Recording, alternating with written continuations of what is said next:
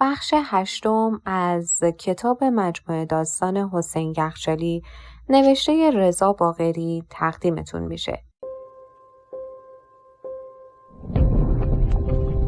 AudioBook.com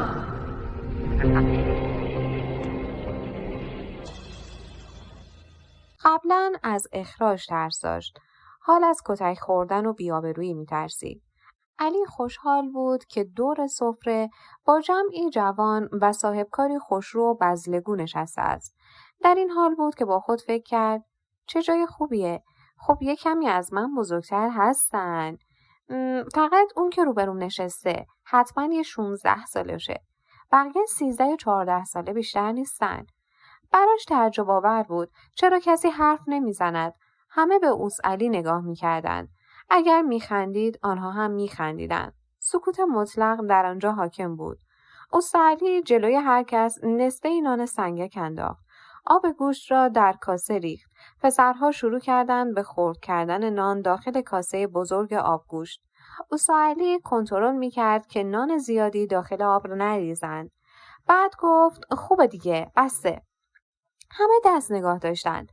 نانهای تیلیت شده را حسابی هم زد و با قاشق برای هر یک مقداری داخل کاسه ها ریخت. علی هم مانند دیگران مشغول خوردن شد.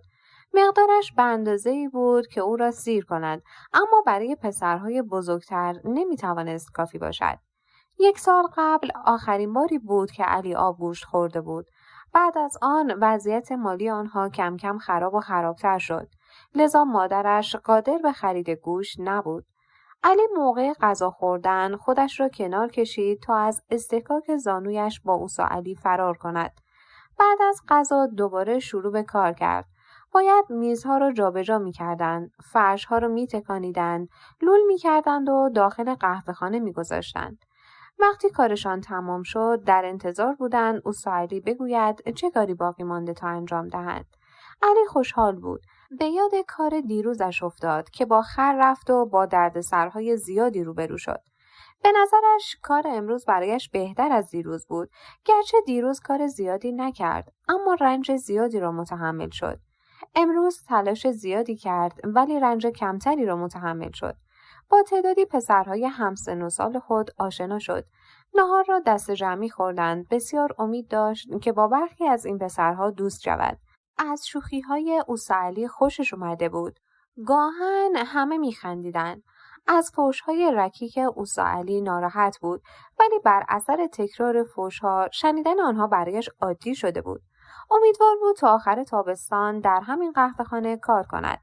نزدیکی‌های غروب علی 1 تومان موز به علی داد و گفت امروز دیر شروع کردی ولی 1 تومن بهت میدم. فردا ساعت 8 اینجایی. علی از قهوه‌خانه خارج شد. در میانه راه به 1 تومان نگاه کرد و گفت این 1 تومن مال منه. کار کردم. نباید گمش بکنم. باید ببرم به دنیا نشون بدم. حتما مامانم خوشحال میشه. اینجوری تاش بکنم تو دستم نگه دارم که گم نشه. یه جوری برم از پله ها بالا که حاج خانوم منو نبینه. برخلاف انتظار علی حاج خانوم جلوی در نشسته بود و با دیدن علی گفت علی اومدی؟ آره حاج خانوم خیلی کار کردم. خب معلومه کار سخته. پول گرفتی؟ 1 تومن. خب بده برات بندازم تو قلک. علی پول رو به حاج خانوم داد و از پله ها بالا رفت. عزت تا او رو دید پرسید خب کارش چطور بود؟ خوب بود. دنیا کجاست؟ هیس خوابیده. خیلی منتظر شد تا تو بیای. خب منم خیلی خستم. پام درد میکنه. منم باید بخوابم. علی روی زیراندازی که مادرش انداخته بود دراز کشید و به خواب فرو رفت. عزت مشغول وصله دوزی بود. برخاست رو اندازی به روی علی انداخت. دلش برایش سوخت. فکر کرد اگر پول داشتم این بچه نیم وجبی رو سر کار نمیفرستادم. ولی دلسوزی نداره. باید بره سر کار. باید کار یاد بگیره. محمدو سر کار نفرستادم. هیچی یاد نگرفت. درس خونم که نشد. حالا این 2 تا پسرا رو میفرستم سر کار. از الان میتونن کار یاد بگیرن. قدر زندگی رو باید بفهمن. پسرا که نباید اینقدر عزیز و دردونه باشن. حاج خانم گفت فقط پسرا میتونن ما رو نجات بدن. دخترا میرن خونه شوهر. کدوم دختر مونده پیش مادر پدر؟ فقط پسران که برا ناموسشون جون میدن. دخترا کاری ازشون بر نمیاد. علی به قدری خسته بود که سریعاً به خواب رفت. صبح ساعت 8 صبحانه نخورده از خانه خارج شد و با ترس از اوسا علی به قهوه‌خانه رسید و با خود گفت حالا خوبه اوسا علی دعوا نکنه. وقتی به قهوه‌خانه رسید همه کارگران مشغول کار بودند. با ترس وارد شد. اوسا علی گفته بود ساعت 8 بیا. علی ساعت 8:10 وارد آنجا شد. مشتری‌های زیادی دور میزها نشسته بودند. علی خود را به مکان ظرفشویی رساند. سلام اوسا علی. اوسا علی چشم قره‌ای به او رفت. علی با خود فکر کرد الان میاد میگه برو بیرون. حالا بذار این استکان نلبکی‌ها رو بشورم. علی با ترس و لرز مشغول شستن شد. اوسا علی به سمت او آمد. چرا دیر اومدی؟ یالا. کون گشاد. برو آب از تلمبه ببر بریز بالا رو پشت بوم. تو منبع آب. باید پر بشه. محسن یه خورده کونتو تکون بده. استکانا رو بشور تا این بره بالا منبع رو پر کنه. علی سطل دسته‌دار میله‌ای را در دست گرفت و از تلمبه پر آب کرد تا به پشت بام ببرد. سطل سنگین بود. نمیتوانست آن را حمل کند. آن را تا نیمه پر کرد. حساب کرد تعداد دفعات رفتنش بیشتر خواهد شد. برای اینکه تندتر کار کند کفش‌هایش را از پا بیرون آورد. آنقدر از نردبان بالا و پایین آمد که دیگر نای بالا رفتن نداشت. بشکه روی بام تا 2/3 پر شده بود. با خود انگاشت خب بس دیگه میرم پایین. با صورت عرق کرده به سرعت پایین رفت و شروع به شستن استکان و نلبکی ها نمود. وقتی علی مشغول کار بود، اوسا علی داخل محلی شد که استکان و نلبکی ها رو می شستن. علی هر آن منتظر بود که اوسا علی او را اخراج کند. در انتظار لبخندی از سوی او بود که علامت رضایت او باشد. اوسا علی خطاب به او گفت دیروز دیدم خوب کار نمی کردی. حالا بشور ببینم چطوری کار میکنی. علی شروع کرد با همان رویه‌ای که اوسا علی گفته بود استکانها رو شستن. نه اینجوری کار تو نیست. استکان نلبکی ها هم زیاد تمیز نمیشن. بذار یادت بدم. منبع رو پر کردی؟ آره یه کمی خالی موند که اونم میتونم وقتی خلوت شد پر کنم. اوسا علی با لحنی مهربان گفت وقتی دیر میای همینه دیگه. میگم ساعت 8 بیا تو باید 7:30 اینجا باشی. نه که بذاری 8:10 بیای. علی ضمن تایید حرفای اوسا علی با خودش فکر کرد خب درست میگه از فردا باید زودتر بیام. پس امروز بیرونم نمیکنه. 1 تومن میگیرم. اگه زود میومدم این همه فوش خار مادر بهم نمیداد. حالا که وایساده اینجا به من نگاه میکنه باید یه خورده تندتر کار کنم تا خوشش بیاد. بعد نگاهی به اوسا علی کرد تا ببینه از کارش خوشش اومده یا نه. به خیال خودش اوسا علی او راضیه که لبخند او میزنه. اوسا علی 40 ساله 2 بار زن گرفته. بچه دار نشده بود. هر 2 زنش از او طلاق گرفته بودن. اونها که او رو میشناختن میگفتن اون مشکل جنسی داشته. به خاطر همین از زن خودش جدا شده.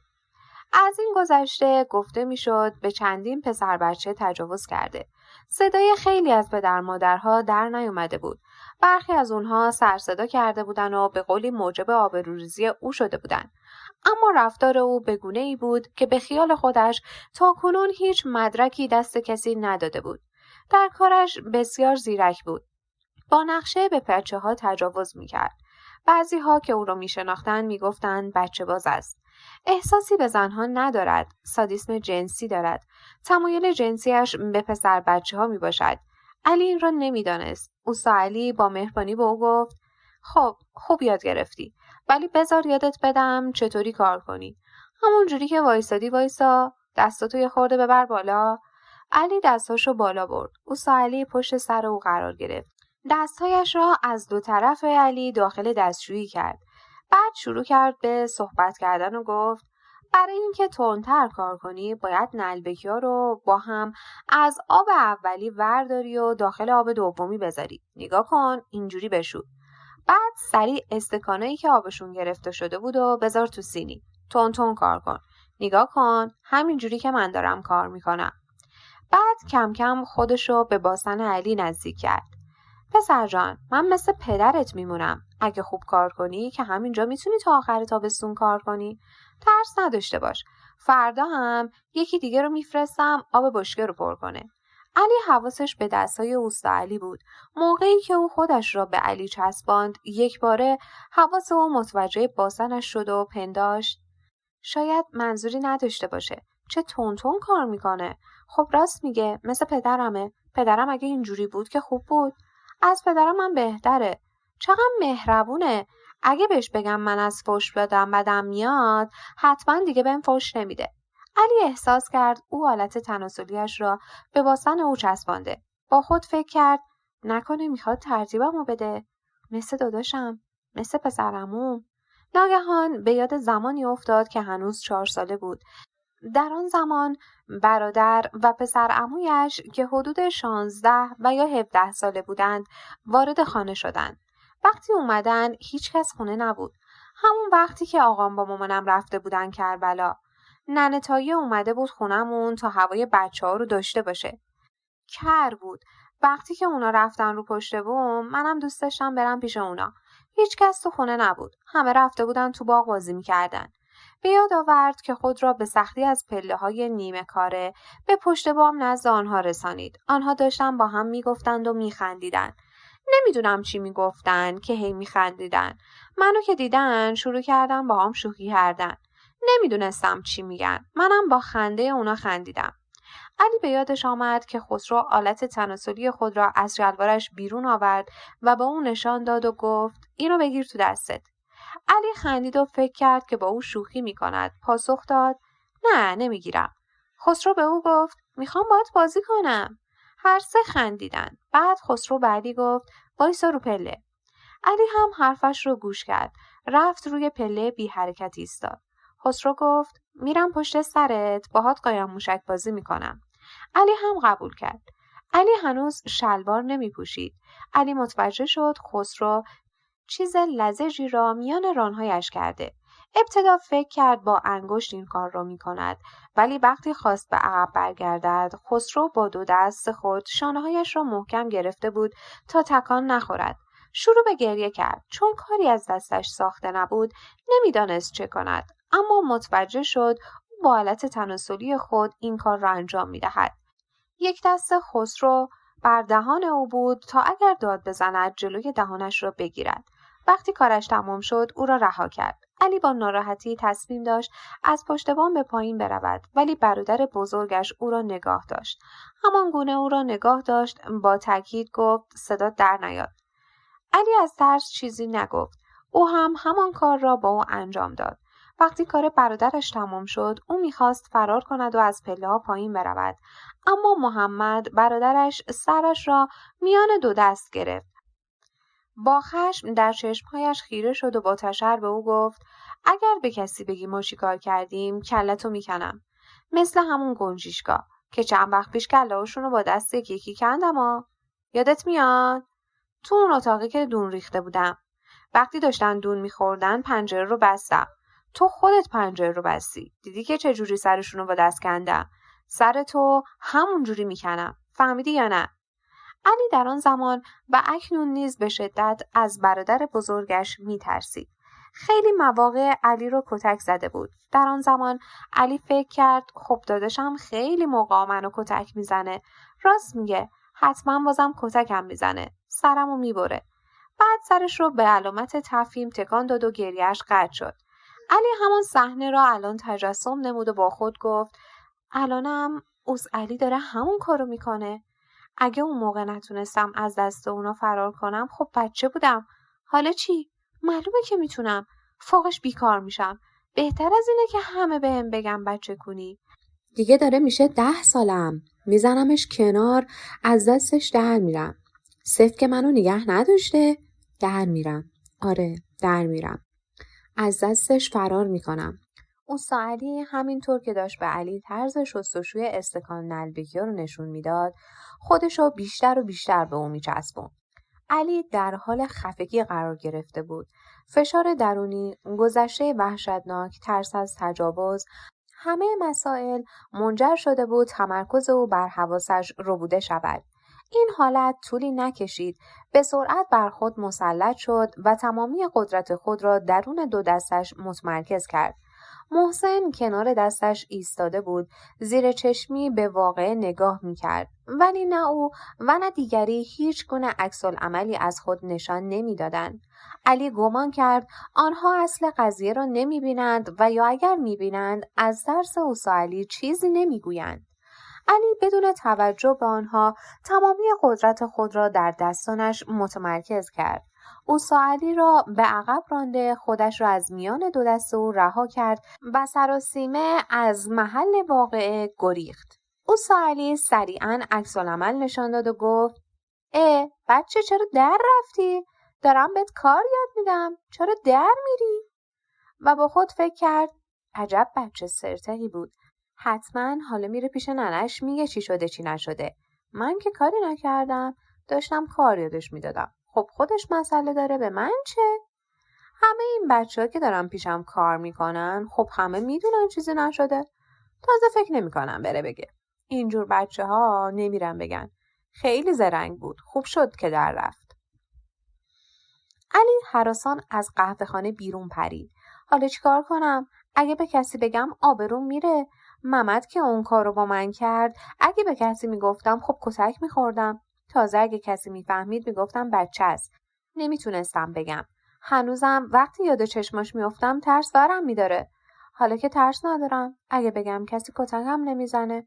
اون موقع نمیدونستم اونا چی کار کردن. تو مدرسه همه میخوان بچه‌های پخمه رو ترتیبشون رو بدن. خب من مگه اینجوری نبودم؟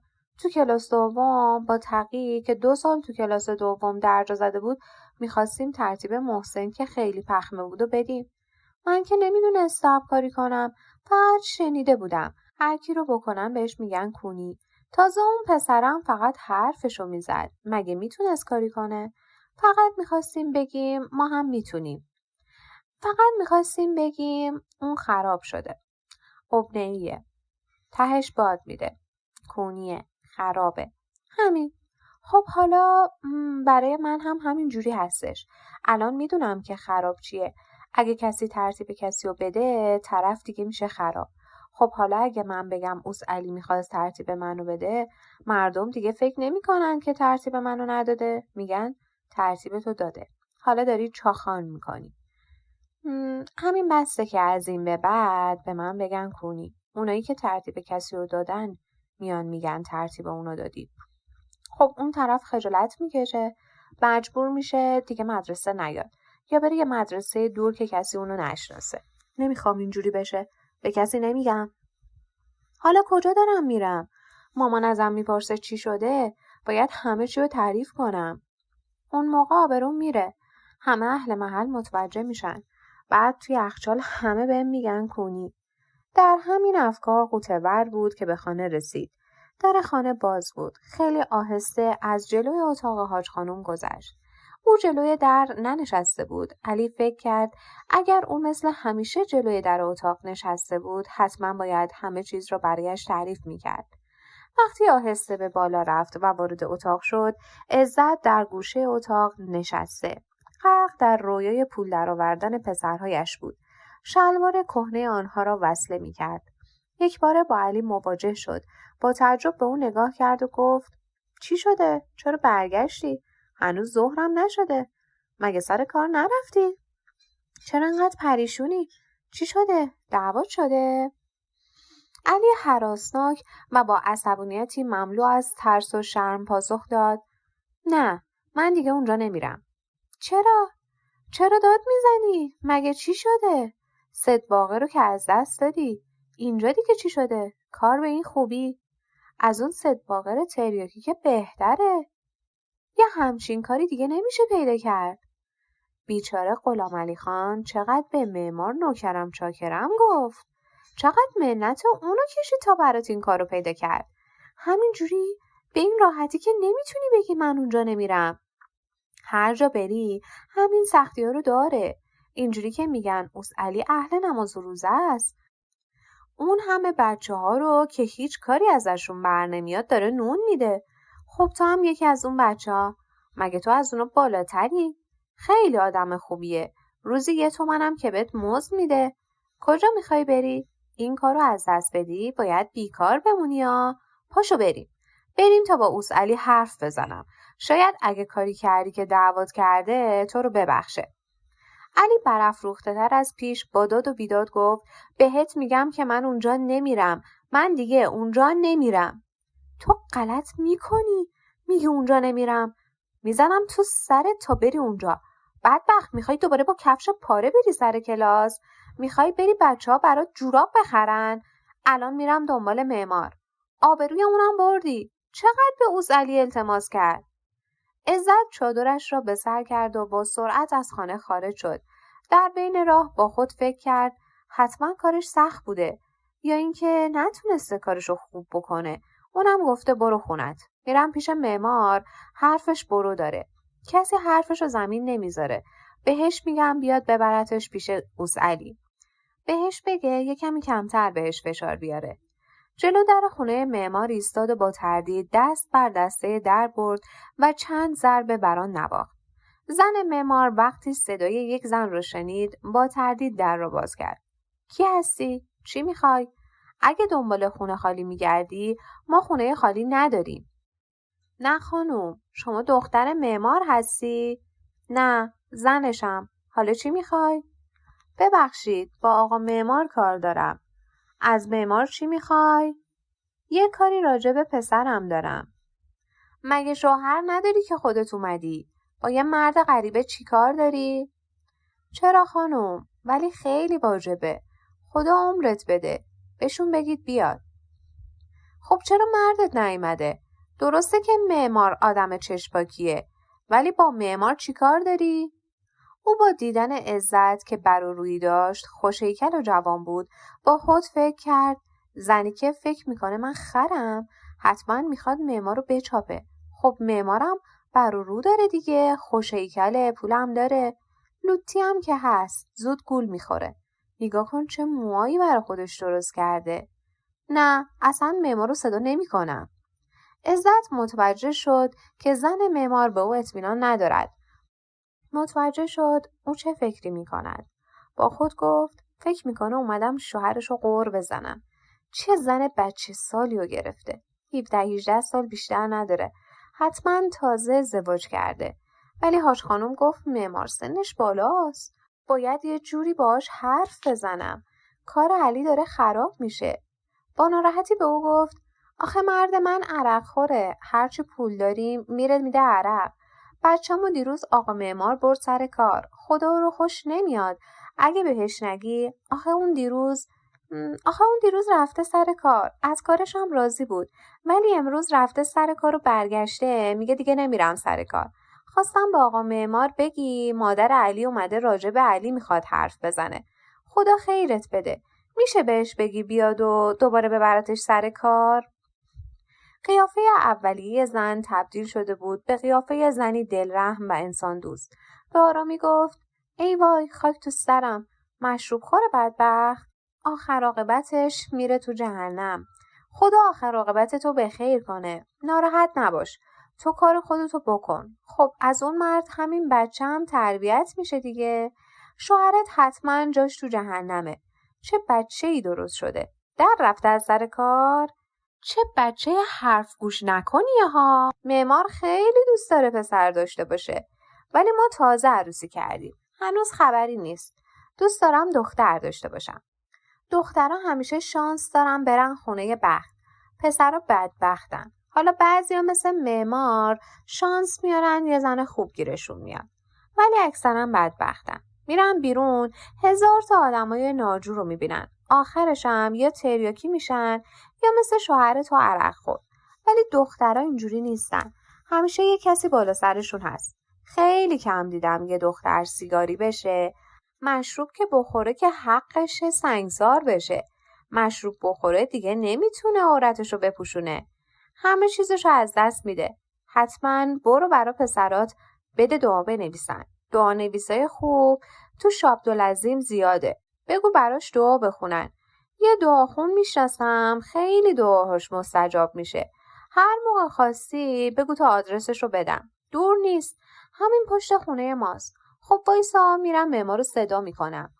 عزت که از شنیدن این حرفها کمی شوکه شده بود، بخشی را قبول داشت. سعی کرد دیگر چیزی نگوید و فقط گفت حتما میبرم پیش دعانویس. ولی چند روز پیش یه فالگیر اومد در خونمون، فال همه رو گرفت. مال پسرا رو گفت خیلی خوشحال شدم. میگفت علی وقتی بزرگ بشه میره مکه، حاجی میشه. 7 زن میگیره. خب شاید شانس بیاره.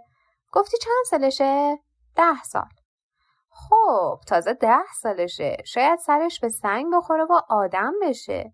زن جوان در حیاط را بست. میخواست از پله‌های تراس بالا برود. معمار روی تراس در حال گوش دادن به جر و بحث همسرش با خانومی جلوی در بود. متوجه شده بود یک زن پشت در است. کی اومده؟ چی میخواد؟ میگه مادر علیه. میگه تو اونو دیروز بردی سر کار. آها راست میگه. حالا چی میخواد؟ میگه علی امروز از کار برگشته. برو خدا رو خوش نمیاد. اگه بهش کمک نکنی زن بدبختیه. به قیافش نگاه نکن. مواظب باش سرتو کلاه نذاره. زن مگه بچم؟ معمار با همان کت و شلوار سیاه و کفش شبرو که دیروز بر تن و پا داشت پایین آمد. در را باز کرد. قبل از اینکه سلام علیک کند سرکی کشید به سمت راست و چپ تا مطمئن شود کسی به همراه او نیست. بعد نگاهی به موها، لبها، صورت و هیکل عزت کرد و گفت سلام آبجی. مادر علی هستی؟ سلام از بنده آقا معمار. دیروز علی سر کارش بود. عصری اومد. خیلی خوشحال بود. امروز صبح زود رفت سر کار. یهو همین نیم ساعت پیش برگشته. هرچی میگم چرا برگشتی؟ هی میگه من دیگه اونجا نمیرم. دیگه حرفمو گوش نمیکنه. میشه شما بیایید دوباره اونو ببرید سر کار؟ معمار در حیاط را بست. صدایش را کوتاه‌تر کرد و مقداری از جلوی در فاصله گرفت و گفت فکر نمی کردم علی همچی مادری داره. فکر کردم مادرش باید سنش بالاتر باشه. آخه علی گفت یه برادر داره که 21 سالشه. غلام علی خانم پیش شما زندگی میکنه؟ شنیدم اونم 2 پسر داره. اونا هم همسن و سال علی هن؟ دیروز علی با غلام علی خان اومده بود کار پیدا کنه. همون شیره‌ایه. چرا بچه‌تو دسته همچین آدمایی میسپری؟ ای آقا، پدر بچه‌ها کاری به کار اونا نداره. این کارا رو من دنبال میکنم. خب، پس خیلی زرنگی. شوهرت چی کاره است؟ شنیدم ته خونه‌ای که غلام علی خان میشینه یه کسی هست که عرق خوره. پس اون شوهر توئه؟ خب خونه منو از کجا بلدی؟ حالا چی میخوای؟ هیچی آقا معمار. گفتم که امروز رفت سر کار. وقتی برگشت تازه ساعت صلات ظهر اینقدر بود. اومده خونه میگه دیگه نمیرم اونجا. میشه شما یه بار دیگه اونو ببرین قهوه خونه؟ شما خودتون گفته بودی که خونتون تو این کوچه است. از خوش خانوم پرسیدم کدوم خونه است، آدرس اینجا رو داد. معمار که یک آن هم از لب و دهان و صورت عزت چشم بر نداشته بود، مجدد به طرف در خانه خود رفت. در را باز کرد که مطمئن شود زنش در حیاط نیست. اما او هنوز پشت در ایستاده و به حرفای آنها گوش میداد. سریعا به او گفت زن، میرم ببینم به این ضعیفه میتونم کمک کنم یا نه. بعد از عزت پرسید الان کجاست؟ تو خونه است. میدونید خونمون کجاست؟ ته همین کوچه. خونه آخر دست چپ. همسر جوانش با شک و تردید در حیاط را باز کرد و با دودلی تاکید کرد آقا معمار زود برگردید. آبگوش دیگه همه آباش داره تموم میشه. نه زیاد طولش نمیدم. بعد به عزت گفت آره میدونم. فکر کنم 1 سالی میشه اینجایید. خب را بیفت. معمار جلو و مادر علی پشت سرش به راه افتادن. خب تو که بر و رویی داری میتونی طلاق بگیری. حتما یه کسی بهتر از شوهرت پیدا میکنی. اوا آقا معمار این حرفا رو نزنید. اگه طلاق بگیرم پسر بزرگم زندگیمو به آتیش میکشه. من دختر امام جمعه‌ام. با لباس سفید اومدم تو خونه شوهرم. با لباس سفیدم میرم بیرون. خب پس زن با تقوایی هستی. حتما خدا کمکت میکنه. اگه یه موقع کمک خواستی بیا در خونه ما کمکت میکنم. اینجاست خونتون؟ آره آقا معمار خدا عمرت بده. در را باز کردند. داخل شدند. علی داخل راهرو جلوی در نشسته بود. تا معمار را دید خواست فرار کند. معمار مچ دست او را گرفت و با تشر گفت: کجا میخوای در بری؟ باید بری سر کارت. یا خودت مثل آدم راه میافتی میای، یا تا خود قهوه خونه میکشمت رو زمین میبرمت. ولم کنید آقا معمار، من دیگه اونجا نمیرم. چرا گریه میکنی؟ برای چی نمیری؟ نمیرم. این قهوه خونه نمیرم. چی؟ چرا نمیری؟ وایسا ببینم. اول بگو چرا نمیری؟ اگه حق داشتی میگم خب نرو. مثل آدم حرفتو بزن. مگه نمیگی بزرگ شدی؟ خب باید حرفت هم بزنی. چرا قشقرق را انداختی؟ من اونجا نمیرم. هی میگه نمیرم. قرص نمیرم قورت دادی؟ این که نشد دلیل. بیا بریم سر کارت. کار به این خوبی پیدا نمی کنی. تا اونجا رو زمین میکشونمت تا حال جا بیاد. علی مقاومت میکرد. گهگداری لگدهایش به ساق پای معمار اصابت میکرد. اما معمار با هیکل درشتش مصرانه او را میکشید. پسر، باید بری سر کار. مگه میشه آدم به این بزرگی بیکار بشه؟ عزت در کنار هیکل نحیف علی قدم برمی داشت و با تشر به او می گفت: ببین یه وجب بچه چقدر اذیت میکنه. بچه برو سر کارت دیگه. خس و خاشاک، بدبخت، تمام پای معمار رو زخمی کردی. آدم خجالت میکشه. دست از این لجبازیات وردار. علی تمام تلاش خود را برای نرفتن بی نتیجه دید. با خود اندیشید: مامانم راست میگه. خب این معمار چه گناهی کرده که هی لگد میخوره؟ مردمم دارن نگاه میکنن. حالا چیکار کنم؟ انگار دوز گرفتن. بهتره پاشم رو پام وایسم. معمار بالاخره منو کشون میبره اونجا. همه شاگردا بهم میخندن. بهتره باستم سر پا. خب داری آدم میشی. اشکاتم پاک کن مثل یه مرد. مگه تو زنی که گریه میکنی؟ دختر بچه ها هم اینجوری مثل تو اشک نمیریزن. ناسلامتی میخوای نونآور خونه باشی یا؟ فقط دستتو به من بده که نکنه یهو بزنی به چاک. عزت نمیدانست قهوه خانه کجاست. معمار گفت: اونهاش اونور خیابونه. مگه نه علی؟ آره همونه. وقتی وارد قهوه خانه شدن، معمار از دور برای اوستا علی دست تکان داد. نکنه به معمار گفته باشه؟ نه نگفته. اگه گفته بود معمار دوباره اونو اینجا نمی آورد. این زنی که دیگه کیه با خودش آورده؟ حالا چی میخواد بگه؟ حتما آخرش مجبور میشه بگه. میگم کی دیده؟ ها؟ هیچکی. سلام آقا معمار. بزمجه بهش میگم برو منبع آبو پر کن. نصف کاره گذاشته در رفته. بچه اگه میخوای کار کنی باید درست کار کنی. ظرفا رو تون بشوری. آقا معمار گفتم این خیلی بچه است. نمیخواد کار یاد بگیره. تازه کارم هست. باهاش راه اومدم تا کار یاد بگیره. نخواست. اگه بخواد خب حرفی ندارم. میتونه کار کنه. علی با تعجب و ترس به اوستا علی نگاه میکرد. با خودش میگفت: عجب آدمیه. دروغ به این بزرگی؟ میدونه که من نمیگم. این داره دروغ میگه. معمار چهره‌ای مهربان به خود گرفت و از این که متوجه شد اوستا علی قصد بدی نداره گفت: آره اوستا علی، میدونم که تو خیلی آدم خوبی. بازم یه شانسی بهش بده. اگه دیدی به دردت نمیخوره خب کاری نمیتونی بکنی. بعد رو کرد به عزت و گفت: دیدی این یه وجب بچه آبروی ما رو پیش اوستا علی برد؟ عزت هم با نگاهی ملتمسانه به معمار و اوستا علی با پس کردنی به علی گفت: خجالت بکش. میبینی؟ همه رو اذیت میکنی. یک دیوونه یه سنگ میندازه تو چاه، 100 تا عاقلم نمیتونن درش بیارن. حالا تو همون دیوونه ای. معمار، اوستا علی، عزت هر سه علی رو محاصره کردند و با نگاه‌های حق به جانب ولی با اهداف متفاوت به او می‌نگریستند. اوستا علی نمی‌دانست معمار چرا این همه وقت برای این پسر بچه می‌گذارد.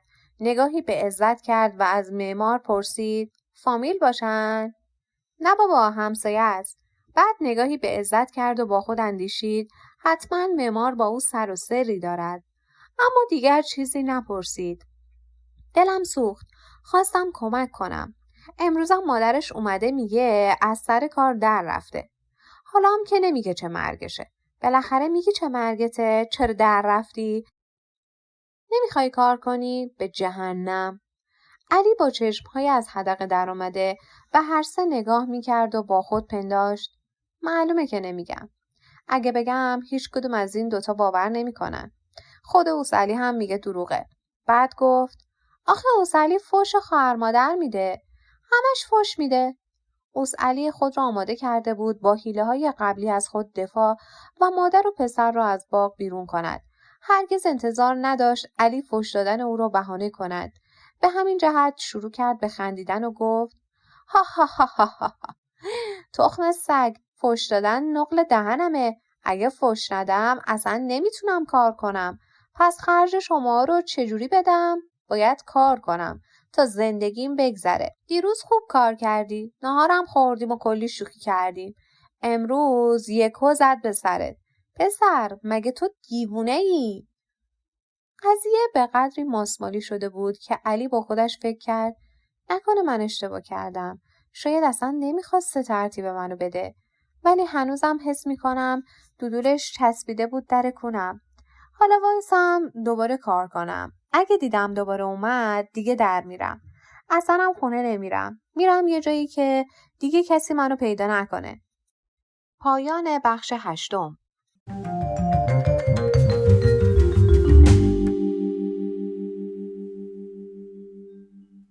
بخش 9 از کتاب مجموعه داستانی حسین یخچالی نوشته رضا باقری تقدیمتون میشه.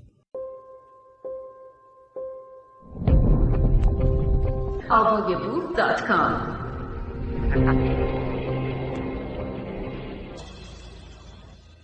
اصلا هم خونه نمیرم. میرم یه جایی که دیگه کسی منو پیدا نکنه. معمار با خوشحالی از این که علی دوباره میخواد کار کنه به او گفت برو دست اوسعلی رو ببوس، بگو غلط کردم.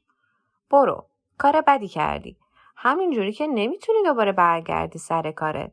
مادرت هم میدونه کار بدی کردی. باید بگی غلط کردم. دیگه از این کارا نمی کنم.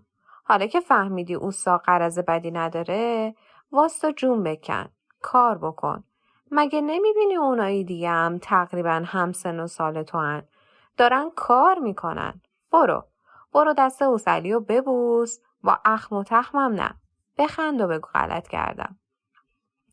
علی بدهکار هم شده بود. در بد موقعیتی قرار گرفته بود. همه تقصیرها به گردن او افتاده بودند. با وجود این باید معذرت هم میخواست. چاره دیگر برایش باقی نمانده بود. با اکراه و خنده‌ای تلخ این کار را کرد. اما در وجود او چنین حقارتی برای همیشه باقی ماند. با خود گفت من که یادم نمیره. اینا به زور دارن منو مجبور میکنن این کارو بکنم. اگه حالا هم در برم اینا منو میگیرن. تقصیر مادرم هم هست. خب حالا به خاطر اون این کارو میکنم. ولی هوای اوسعلیو دارم. اگه بیاد طرفم در میرم. دست اوسعلیو بوسید و با لبخند زورکی گفت غلط کردم. دیگه از این کارا نمیکنم. سر به زیر به محل کارش بازگشت. معمار و عزت آنها را به حال خود رها کرده و از قهوه‌خانه بیرون رفتند. اوسعلی سرمست خیالش راحت شد. در موقع کار خیلی با خودش فکر کرد و نهایتاً با خود گفت بزمجه. بذار امروز کارشو بکنه، میزنم در کونش بیرونش میکنم. داشت آبروریزی میکرد. اینم اومد رو تجربه هام. ولی امروز دیگه حوصله شوخی کردن، مطلق گفتن رو ندارم. به ناهارم نمیذارم بکشه. چرا باید ناهار بدم بهش؟ اگه بشینه سر سفره، اونایی دیگه فکر میکنن میتونن با من اینجوری رفتار کنن. اونا باید بدونن هر که با من اینجوری رفتار کنه، سزاش اینه که از کار بیرونش کنم. نه نزدیکش میرم، نه ناهار بهش میدم. پولشم میدم. بدون دعوا و سر صدا میگم تو نمیتونی اینجا کار کنی. کار ما سخته. تو هنوز بچه‌ای. برو پیش ننت. تا حالا این دومی هستش که اینجوری عذاب در اومده. این که خوبه. اون یکی نزدیک بود آبروریزی حسابی بکنه. حالا بذار کارشو بکنه. حالشو میگیرم. علی تونتون کارشو میکرد. هوای اوسعلی رو داشت و در این فکر بود که اگه اوسعلی به طرفش بیاد باید چیکار کنه. بعد نتیجه گرفت اگه اوسعلی دوباره بیاد فرار میکنم. خونم نمیرم. اونا حرفمو باور نمیکنن. تازه اگه باورم کنن همه جا پر میشه علی منو کرده. فوشی به ننه علی داد. دوباره در عالم خیال به نتایج این واقعه فکر کرد و با خود گفت من از اوناش نیستم. تازه هیچ کدوم از این شاگردا نمیان بگن من دروغ نمیگم. بهتره در برم. کجا برم؟ کسی نیستش اونجا برم. آبجی منو راه نمیده. تازه اگه راهمم بده دوباره برم میگردونه خونه. مجبورم تو خونه فوش و دعوا و همه سختی‌ها رو بکشم. مجبورم بمونم. حسین یخچالی هم جا نداره که منو راه بده. تازه برم اونجا چیکار کنم؟ اونا خودشونم نون ندارن بخورن. محسن داشت چای میریخت تا اونای دیگه بیان و اونا رو برای مشتری‌ها ببرن. زیر چشمی به علی نگاه کرد. علی شرم داشت. علی خیلی آهسته به او گفت دیدی چی کار کرد؟ فکر کرد من کونیم. ندیدی؟ من در رفتم. دیدی که؟ محسن با ته لبخندی نشان داد از کار علی خوشش آمده، اما چیزی نگفت و به کار خودش ادامه داد. نمیخواست به علی پاسخ بدهد. همین خنده کوتاه نشان میداد که فکر میکند علی پسر زرنگیه. از اینکه خودش چنین رفتاری نمیتونه با اوستا علی داشته باشه شرمنده بود. علی وقتی سکوت محسن رو دید با خود فکر کرد خفه خون گرفته. چرا حرف نمیزنه؟ حتما از اوستا علی میترسه. ولی من نمیترسم. اگه این دفعه بیاد پیشم هلش میدم. بهش میگم نخواستم و به رو تو ببرم. در همین افکار غوطه‌ور بود که اوستا علی نه مثل دیروز بلکه با بی‌حوصلگی داد زد خب بچه‌ها بیاید نهار حاضره. همه بیان. علی هم که خیلی گرسنه بود تصمیم داشت برود و کنار سفره بنشیند. ولی علی با نیشخند به علی گفت نه تو نه علی وایسا اینجا کارت دارم. علی با دلهره منتظر بود تا ببیند علی با او چی کار دارد. با خود فکر کرد حتما میخواد او را برای پر کردن آب بشکه بفرستد. بعد با خود گفت حتما این کارو میکنه که نتونم نهار بخورم. ولی علی اسکناس 1 تومانی را که از قبل حاضر کرده بود به علی داد و طوری که همه شاگرداش بشنون گفت بیا این مزد یه روز کاملت بهت میدم. 1-2 ساعت که کار نکردی. این همه بامبول درآوردی. نزدیک بود پیش معمار آبروریزی کنی. تو هنوز بچه‌ای. برو پیش ننت کار کن. اونجا بیشتر درآمد داری. علی انتظار نداشت که علی بیرونش کنه. برخلاف انتظار دیگر شاگردها خیلی خوشحال شد. قیافه ناراحت او تغییر کرد. نخندید ولی نشان میداد خوشحال هم شده.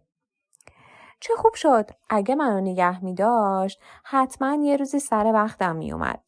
راحت شدم. مادر جنده. یکی باید ترتیب خودشو بده. خوب شد بیرونم کرد. حالا چیکار کنم؟ خوبیش اینه که فردا میرم یخچال و با حسین بازی میکنم. حالا چی بگم به مامانم؟ الان دوباره دعوام میکنه. چی میخواد بگه؟ خب علی خودش منو بیرون کرد. به زور که نمیشه بهش بگم علی منو نگه دار. چه شانسی آوردم. اگه میدونست تو خونه چی به سرم میارن حتما نگهم میداشت. به فکر فرو رفت و به لباسای مدرسه‌اش فکر کرد. حالا برای خریدن لباس چی کار کنم؟ لباسایی که پارسال مدرسه بهم داده بود کلی بزرگ بودن. شلوارشو باید چند لا میزدم بالا. کتش انگار جوال بود. مامانم برد عوضش کنه قبول نکردم. آخرم مجبور شدم دیگه نپوشمش. هی نازم میگفت لباس چی شد؟ میگفتم بزرگه. میگفت باید درستش کنی. لباسای خیریه برای خودشون خوبه. یه لباس کهنه از بازار سید اسمال برام خیلی بهتر از اینایی که برای بچه‌ها میدوزن. فکر میکنن همه بچه‌ها کلاس ششمی هن.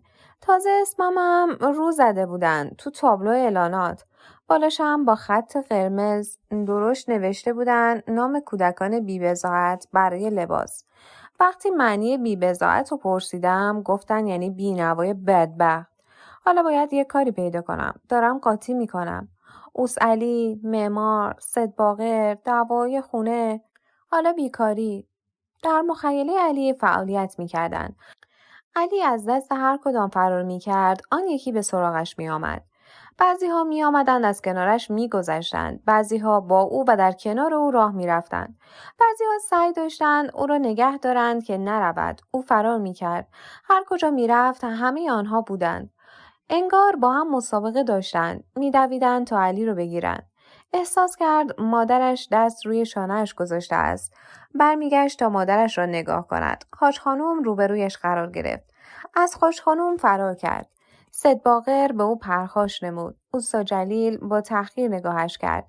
در نهایت اوستا علی او را محکم نگاه داشته بود. صدها چهره که همگی چیزی را از او می‌خواستند و او چیزی نداشت تا به آنها بدهد به دنبالش بودند. او فرار می‌کرد و باز صحنه‌ها تکرار می‌شدند. چشمایش را بست تا هیچ چیز را نبیند. قوقای سر و صداها سرش را داغ کرد. بلند بلند حرف زد. دیگه نمیرم. دیگه پیش علی نمیرم. بهتر. دیگه خونه نمیرم. بعد برگشت تا مطمئن شود کسی دنبالش نیست. کسی را دنبال خود ندید. یک راست به خانه رفت. در باز بود. از پله ها بالا رفت. حاج خانم تا صدای پای او را شنید سر از اتاقش بیرون آورد. علی بیا اینجا. کجا میری با این تندی؟ بازم زود اومدی؟ سلام حاج خانم. خستم. میخوام برم بخوابم. مزدت کو؟ بیا اینم مزدم. نمیخواست همه رو بده. گفت 2 ساعت کمتر کار کردم. خب حالا کارت خوبه؟ راضی؟ نه حاج خانوم. کار گندی بود. خوب شد که بیرونم کرد. چی؟ بیرونت کرد؟ آره خودش گفت نمیخواد بیای. ای وای حتما خوب کار نکردی. شاید اذیتشون کردی. صبحم که دیر رفته بودی. بعدش هم که قهر کردی اومدی خونه. خب هر کی باشه یه همچین شاگردی رو نمیخواد. همه اینا باعث شده که بگه این بچه به درد نمیخوره. میدونی چقدر باید زحمت بکشه تا کارو یاد تو بده؟ خب وقتی ببینه یه آدمی مثل تو کارشو دوست نداره میگه نمیخواد بیای. موسیلی خیلی آدم خوبیه. خیلی علیه موسیلی حرف میزنن ولی همش دروغه. مادر یکی از پسرا که براش کار میکرد رفته بود جلو قهوه خونه داد و بیداد را انداخته بود. آبروریزی کرده بود. ولی ثابت شد که دروغ میگه.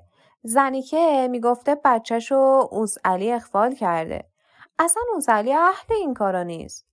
علی کلمه اخفال رو بارها شنیده بود. به همین خاطر کنجکاو شد تا بداند جریان آن مادر چه بوده. از حاج خانم پرسید راستی؟ بعد چی شد؟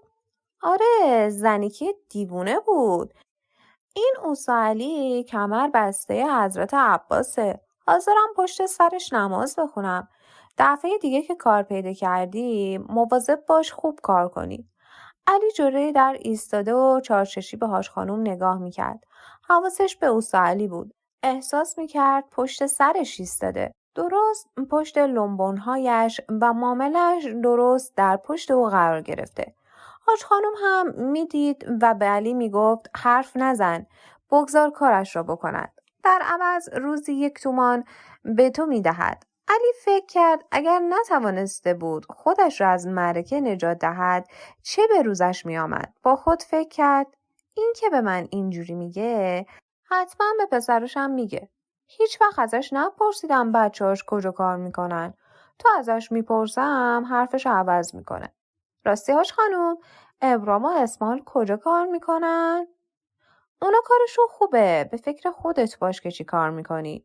یه خورده دست از مسخرگی وردار. مادرت راست میگه. بچسب به کارت. حالا که درس نخوندی کارتو بچسب. حاج خانوم تون تون حرف میزد. علی به باز و بسته شدن دهان حاج خانوم که چپق را هم میان حرفایش به دهان میبرد و پک میزد خیره شده بود. صحنه ای بود پر از دروغ و تملق. با خود فکر کرد دیدی گفتم نمیگه. حتما اگه پسرشو سر کار اخفال بکنن نمیان به ننشون بگن. یا اگه بگن ننشون باور نمیکنه. حتما میگه پشت سر اوستاشون نمازم میخونه. خب حاج خانم راستی من چقدر پول دارم؟ میگم آدم نمیشی. آخه چند روز کار کردی ها؟ بهت میگم سعی کن این کارو بکنی اون کارو نکنی. سر به زیر باشی. هرچی بهت گفتم بگو چشم. یهو میپرسی چقدر پول دارم؟ تازه مگه نمیدونی هر چی پولو بشماریم کم میشه؟ نشنیدی اینو؟ اگه نشنیدی حالا بشنو. دیگه هم از این سوالا نکن. هر وقت موقع شد پولا رو میشماریم. حالا برو بالا. علی وارد اتاق شد. نه سلامی و نه حرفی. رفت کنج اتاق نشست. چی شده؟ دوباره اخمت تو تخمته؟ الان اومدی از کار؟ یا اینکه بازم در رفتی؟ حالا چرا قهر رسیدی؟ علی ساکت نشسته و چیزی نمی گفت و در درونش با خود حرف می زد. جواب نمیدم. هرچی جواب بدم دوباره یه سوال دیگه میکنه. آخرش هم همه تقصیر رو میفته گردن من. یه فصل کتکم میخورم. دیگه خسته شدم. هی به این جواب بده، به اون جواب بده. هر کدومشون حرفای خودشونو میزنن. عین این حاج خانوم پیر سگ. عزت وقتی دید علی سکوت کرده پنداشت حتما خسته شده. بهتره چیزی ازش نپرسم. تو قهوه خونم که نهار خورده. بذار همونجا یه چرت بزنه. خودش بلند میشه میره با دنیا بازی میکنه. وقتی علی با حاج خانم صحبت میکرد عزت حرفای آنها رو نشنیده بود. اما میدانست بین آنها صحبتهایی بوده. علی که به سوالاتش پاسخ نداد تصمیم گرفت برود با حاج خانم صحبت کند تا از ماجرا باخبر شود. برخاست و از پله ها پایین رفت. حاج خانم دارم میرم بیرون یه تیکه نون بخرم. اگه نون میخوای برات بخرم. نه نون غلامعلی خان امروز ظهر خرید. با خودش آورد. راستی حالا میخواد چیکار کنه؟ علی صدای حاج خانم و مادرش رو شنید و به سرعت بالای پله ها به گوش ایستاد تا حرفای اونا رو بشنوه. کی؟ مگه بهت نگفت؟ علیو میگم دیگه. چی رو باید بگه؟ خب معلومه دیگه. اون که میره سر کارش. ای وای پس بهت نگفته. علی بیرونش کرده. پولشو داده. از بس ازش ناراحت بوده که ناهارش هم نداده. بهش هم گفته تو امروز 2 ساعت کمتر کار کردی. مزدت نباید 1 تومن باشه. ولی 1 تومن داده بهش و گفته دیگه نمیخواد بیای. چه آدم نازنینیه؟ راستم میگه. صبح که اون ادا اطفال رو در آورد بیرون بعدش هم معلوم نیست که با اونا چجوری رفتار کرده. اگه احترام نذاره به مردم همینجوری میندازنش بیرون. ولد و زنا به من نگفت. هیچی نگفت. معمار امروز به زور بردش سر کار. تا اونجا کشون بردش. کشیدش رو زمین. تمام پر و پای معمار رو زخمی کرد. حتما علی رو اذیت کرده. عجب بچه سرتقیه. الان میرم پوست از سرش میکنم. حالا زیاد سر به سرش نذار. بچه است دیگه. یواش یواش یاد میگیره. بچهای منم همینجوری بودن. اول نمیرفتن. بعد دیدن مجبورن. یواش یواش قبول کردن. هرچی سر کارشون اتفاق بیفته نباید کارشون از دست بدن. حالا دیگه باشون کاری ندارم. عزت کمی فکر کرد. راست میگه. این موهاشو که تو آسیاب سفید نکرده حق داره.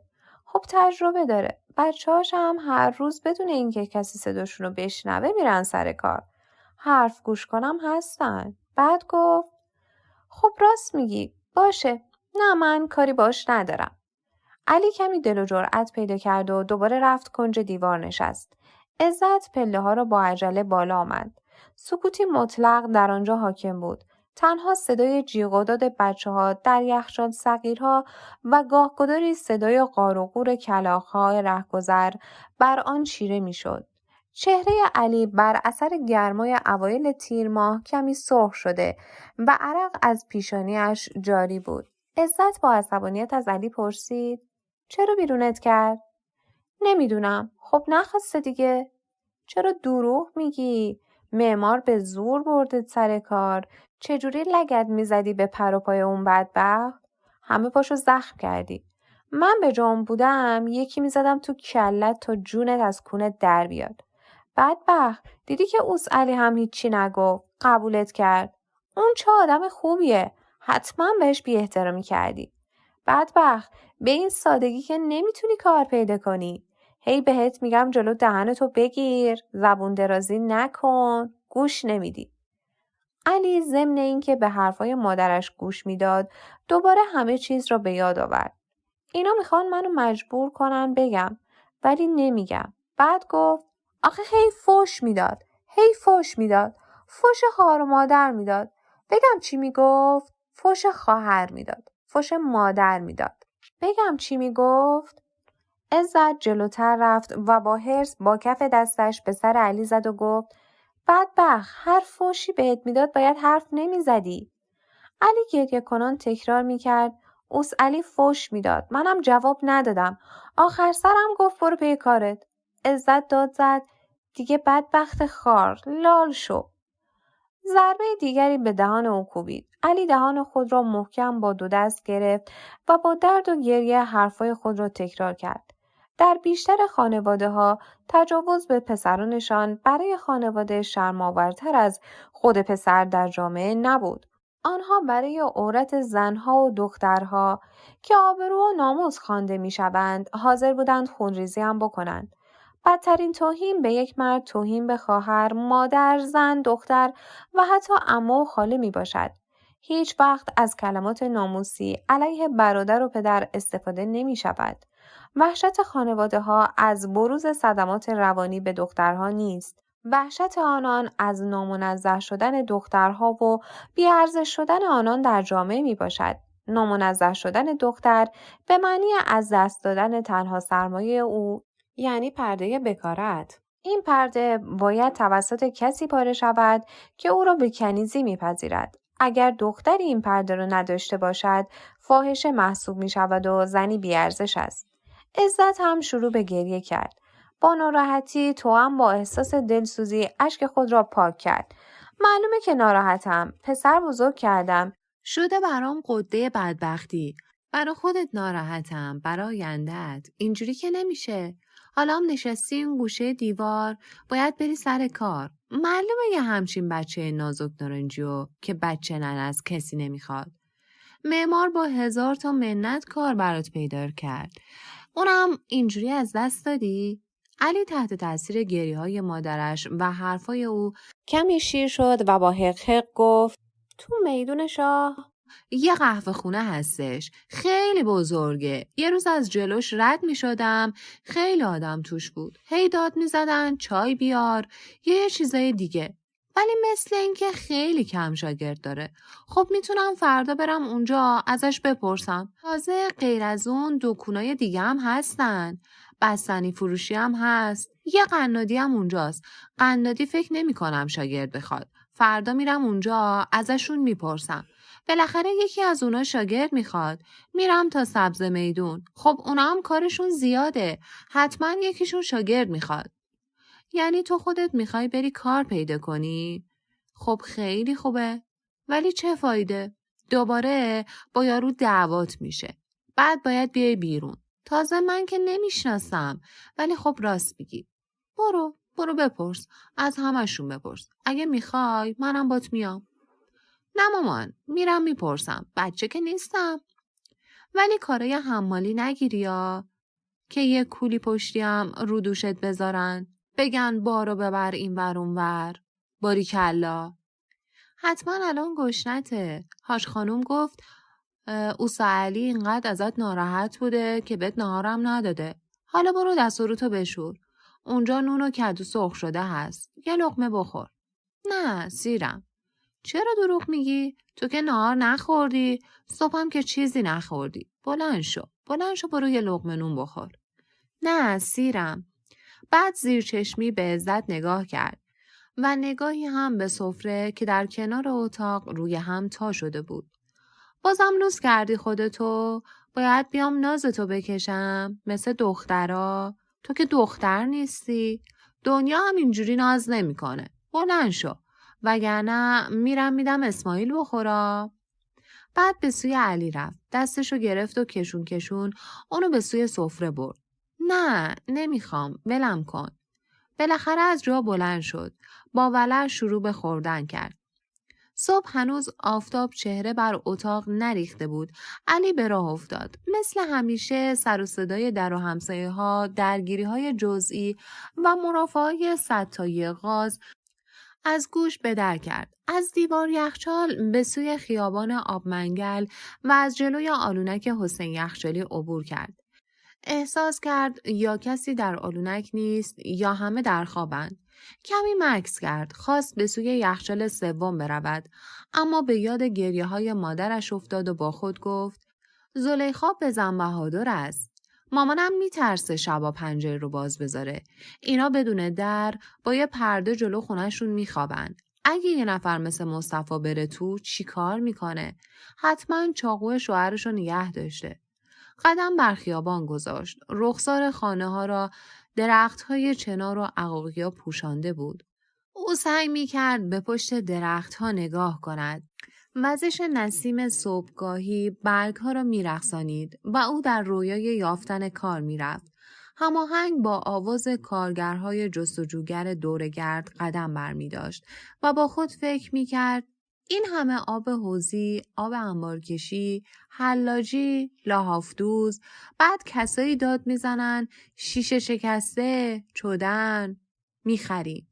یعنی اینا میتونن برای خودشون نون در بیارن؟ من نمیتونم؟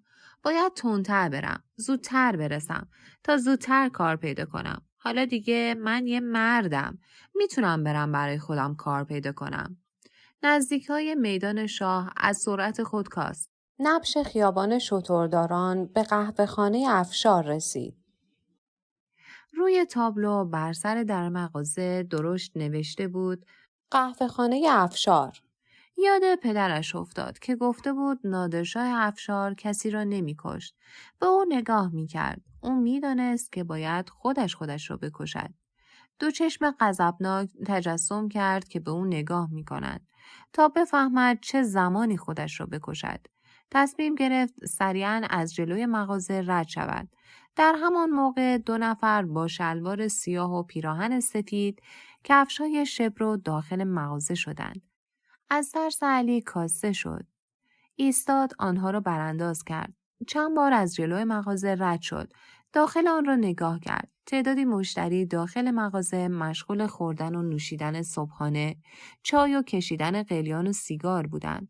جوانی 30 یا 35 ساله مشغول تقسیم چای بین آنها بود و گاهن بیرون می آمد و بین مشتریان بیرون نیز چای پخش می کرد. او وقتی با تعداد زیادی چای در دست از مغازه خارج شد چشمش به علی افتاد.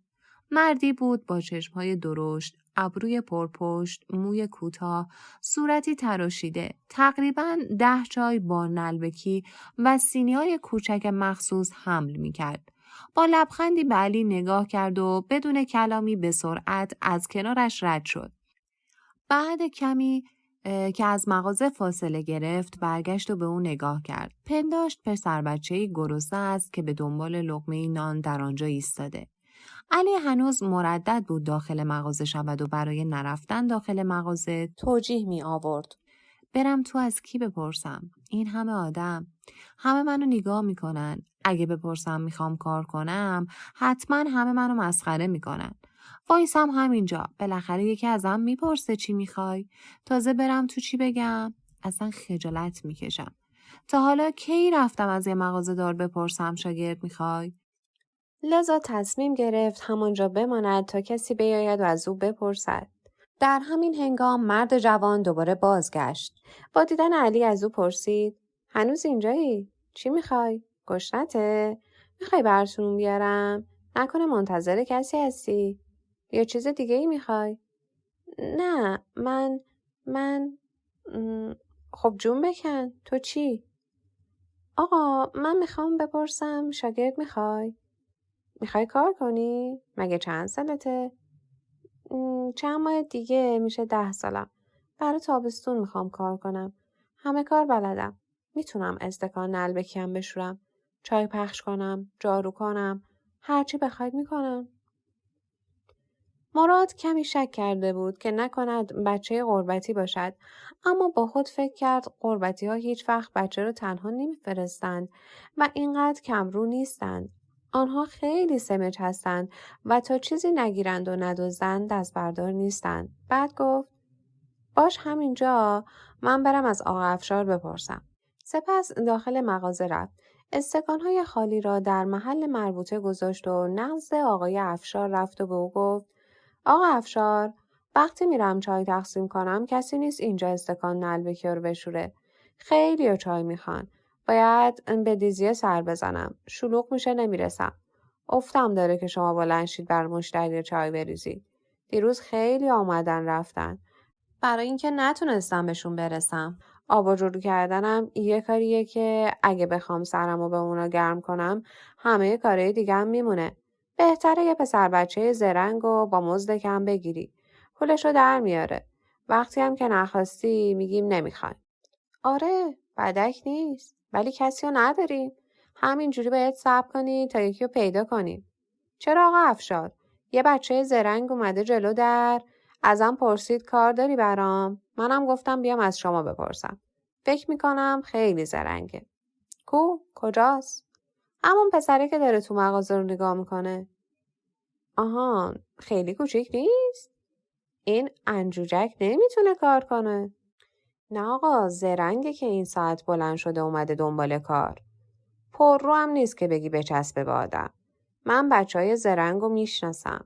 میگه کار یادش بدی؟ بپرس زن باباش راضین؟ خونش کجاست؟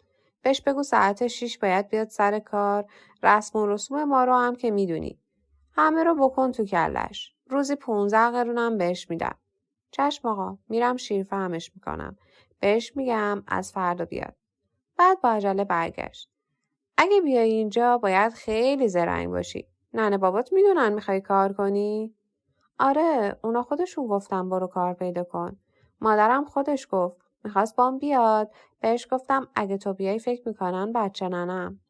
تا حالا کار کردی؟ علی فکر کرد اگه بگه آره همه داستان اوسا علی و غیره رو باید برش توضیح بده. و سرآخرم ممکنه بگن نمیخوان. بعد در پاسخ گفت مجانی کار کردم. خیلی وقتا رفتم تو تکیه چای پخش کردم. میتونی صبح زود بیای سر کار؟ آره، هر ساعتی بگی میام. فردا صبح بیا همینجا. روزی 15 قرونم میگیری. ناهارم اینجا میخوری. صبحونه خودت تو خونه بخور. ساعت 6 عصرم تعطیلی. روزای جمعه هم تعطیلی. چون باید بری حموم و غسل کنی. غسل جنابت. فردا ساعت 6 صبح اینجا باش. یادت باشه اسمم مراده. باشه اوستا مراد، یادم نمیره. علی هاج و واج به موهای کوتاه و لبخند خندان مرد نگاه میکرد. با خوشحالی عقب میرفت تا به خانه برود و به مادرش خبر دهد که کار پیدا کرده. به حرفایش گوش میکرد و تونتون میگفت باشه اوستا مراد، حتما باشه. دیر نکنی ها، ساعت 6 اینجا باشی ها. کفش علکی نپوشی ها، لباس کلفت نپوشی ها. باشه آقا. باشه. نمیپوشم. باشه اوستا. کمی که از او فاصله گرفت ابتدا بلند با خودش نجوا کرد. چه مرد خوبی بود. همش میخندید. حتما خوشش اومده بود ازم که اومده بودم کار پیدا کنم. ولی چرا صاحب قهوه خونه با هم حرف نزد؟ حتما آدم خیلی مهمیه. شاید هم آقا مراد یه کار است. حتما شریک اونه. حالا برم خونه به مامانم تعریف کنم. اونم خوشحال میشه. از این هاش خانوم زیاد خوشم نمیاد. حالا خب داره کمکم میکنه که پولامون خرج نشه. ولی خیلی هرس میخوره. وقتی نمیرم سر کار، برم بگم کار پیدا کردم، اونم خوشحال میشه. خودم کار پیدا کردم، هیچ کس هم کمکم نکرد. هیچکی باور نمیکنه. خودم هم نمیتونم باور کنم. حالا برم به حسین یخچالی هم بگم که کار پیدا کردم. بیشتر خوشحال میشه وقتی بدونه روزی 15 قرون پول میگیرم. بقیه راه رو بدوم تا تندتر برسم. اصلا با این کفشا نمیتونم بدوم. بدون کفش بدوم. باید یک کفشی برای خودم جور کنم. به فشاری رسید. دستش را روی دکمه برنجی فشاری گذاشت. سرش را زیر آب گرفت. جرعه‌ای نوشید و به قدری آب را بر سر و صورت خود گرفت که سر و صورت و تمام بدنش خیس شد. احساس غرور خاصی به او دست داده بود. به یاد پدرش افتاد. یک باره با صدای بلند گفت نگاه کن. یک کار بزرگ کردم. خودم کار پیدا کردم. حالا دیگه نمیتونی بگی عرب سوسمار خور. جلو آلونک حسین ایستاد. به آرامی او را صدا کرد. چند لحظه‌ای نگذشت که حسین پرده رو کنار زد. علی داشتم میومدم دنبالت. کار پیدا کردم. خودم تنهایی. چی؟ خودت تنها کار پیدا کردی؟ چقدر زرنگ شدی؟ کجا کار پیدا کردی؟ با خنده به سمت علی رفت و دست روی شانه‌هایش گذاشت و منتظر ماند تا علی برایش تعریف کند. بعد علی با آب و تاب توضیح داد اصلا فکر نمی‌کردم. همینجوری رفتم در قهوه خونه افشار سر خیابون شترداران. اونجا نمیخواستم برم تو. برام افت داشت برم بپرسم. اصلا خدایی یه آقاه اسمش مراده.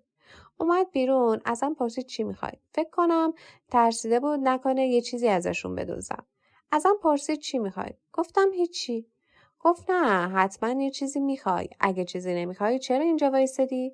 منم نمیخواستم التماس کنم. گفتم راستشو بخوای من کار میخوام. اونم رفت از یه نفر دیگه که حتما اوستاشه یا اینکه شریکشه پرسید. بعد برگشت بهم گفت آره میتونی از فردا بیای سر کار. روزی 15 قرونم پول میدن. خوبه نه؟ حالا از فردا میرم سر کار. چیکار میکنی؟ میخوای بریم چدن جمع کنیم؟ من امروز رفتم. انگار یارو دیگه چدنشو جدا میکنه. خیلی خوب شد که رفتی سر کار. حسین، ولی یارو گفت یه کفش خوب پام کنم. منم این کفشو دارم. هی از پام در میاد بیرون.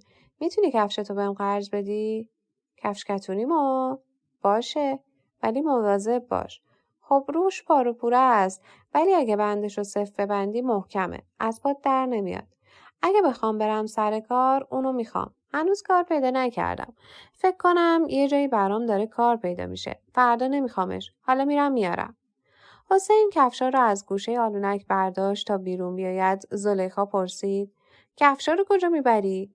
میخوام بدم به علی قرض. آقام گفت برای اینکه دوستتو امتحان کنی یه چیزی بهش قرض بده. مغز اون خدا بیامرز و همین دوستا دزدیدن. هر کجا رفت کار کنه بهش کار ندادن. بعد گیر یه مش دوست افتاد. آخرش هم اگه چیزی حالیش بود که کارش به اعدام نمیرسید. بدبخت کفشا رو میدی به اون فردا خودت کفش نداری؟ فردا شب میاره. حسین کفشا رو برای علی آورد. چند سوراخ داشت ولی اندازه بود. کمی بازی کردند و سپس به سوی خانه های خود رفتند. وقتی علی وارد خانه شد حاج خانوم نبود. به سرعت از پله ها بالا رفت. مادرش تنها بود. تا علی را دید پرسید این کفش کهنه رو از کجا آوردی؟ چی شده؟ از صبح تا حالا کجا رفته بودی؟ کار پیدا کردی؟ آره خودم تنها کار پیدا کردم. این کفشارم از حسین یخچالی قرض گرفتم تا فردا بپوشم. فردا عصری باید بهش پس بدم. حالا اون کفشای کثیف تو از پات در بیار. بیا تو ببینم. راست میگی؟ کار پیدا کردی؟ دروغ نگو. همونجا که گفته بودی؟ همون مغازه که گفتی؟ نه والا دروغ نمیگم. تو قهوه خونه افشار کار پیدا کردم. نمیدونی چه قهوه خونه بزرگیه. نمیدونم کی اوست اصلیشه. یکی با من حرف زد اسمش آقا مراده. تا نگاش کردم اومد به طرفم و گفت کار داری؟ گفتم میخوام کار کنم. برا من کار داری؟ آقا مراد مثل این که ازم خیلی خوشش اومده بود. مثل این که بچه نداره. گفت کاش که منم یه پسر داشتم مثل تو. بعد کمی مکس کرد. مادرش از فرصت استفاده کرد و گفت آخه چرا چاخان پاخان میگی؟ کی میاد به یه پسر که اصلا نمیشناسه بگه کاش یه پسر داشتم مثل تو؟ چرت و پرت نگو. بالاخره کار پیدا کردی یا نه؟ حتما کار پیدا کردی که اخم و تخم نمی کنی. پایان بخش 9.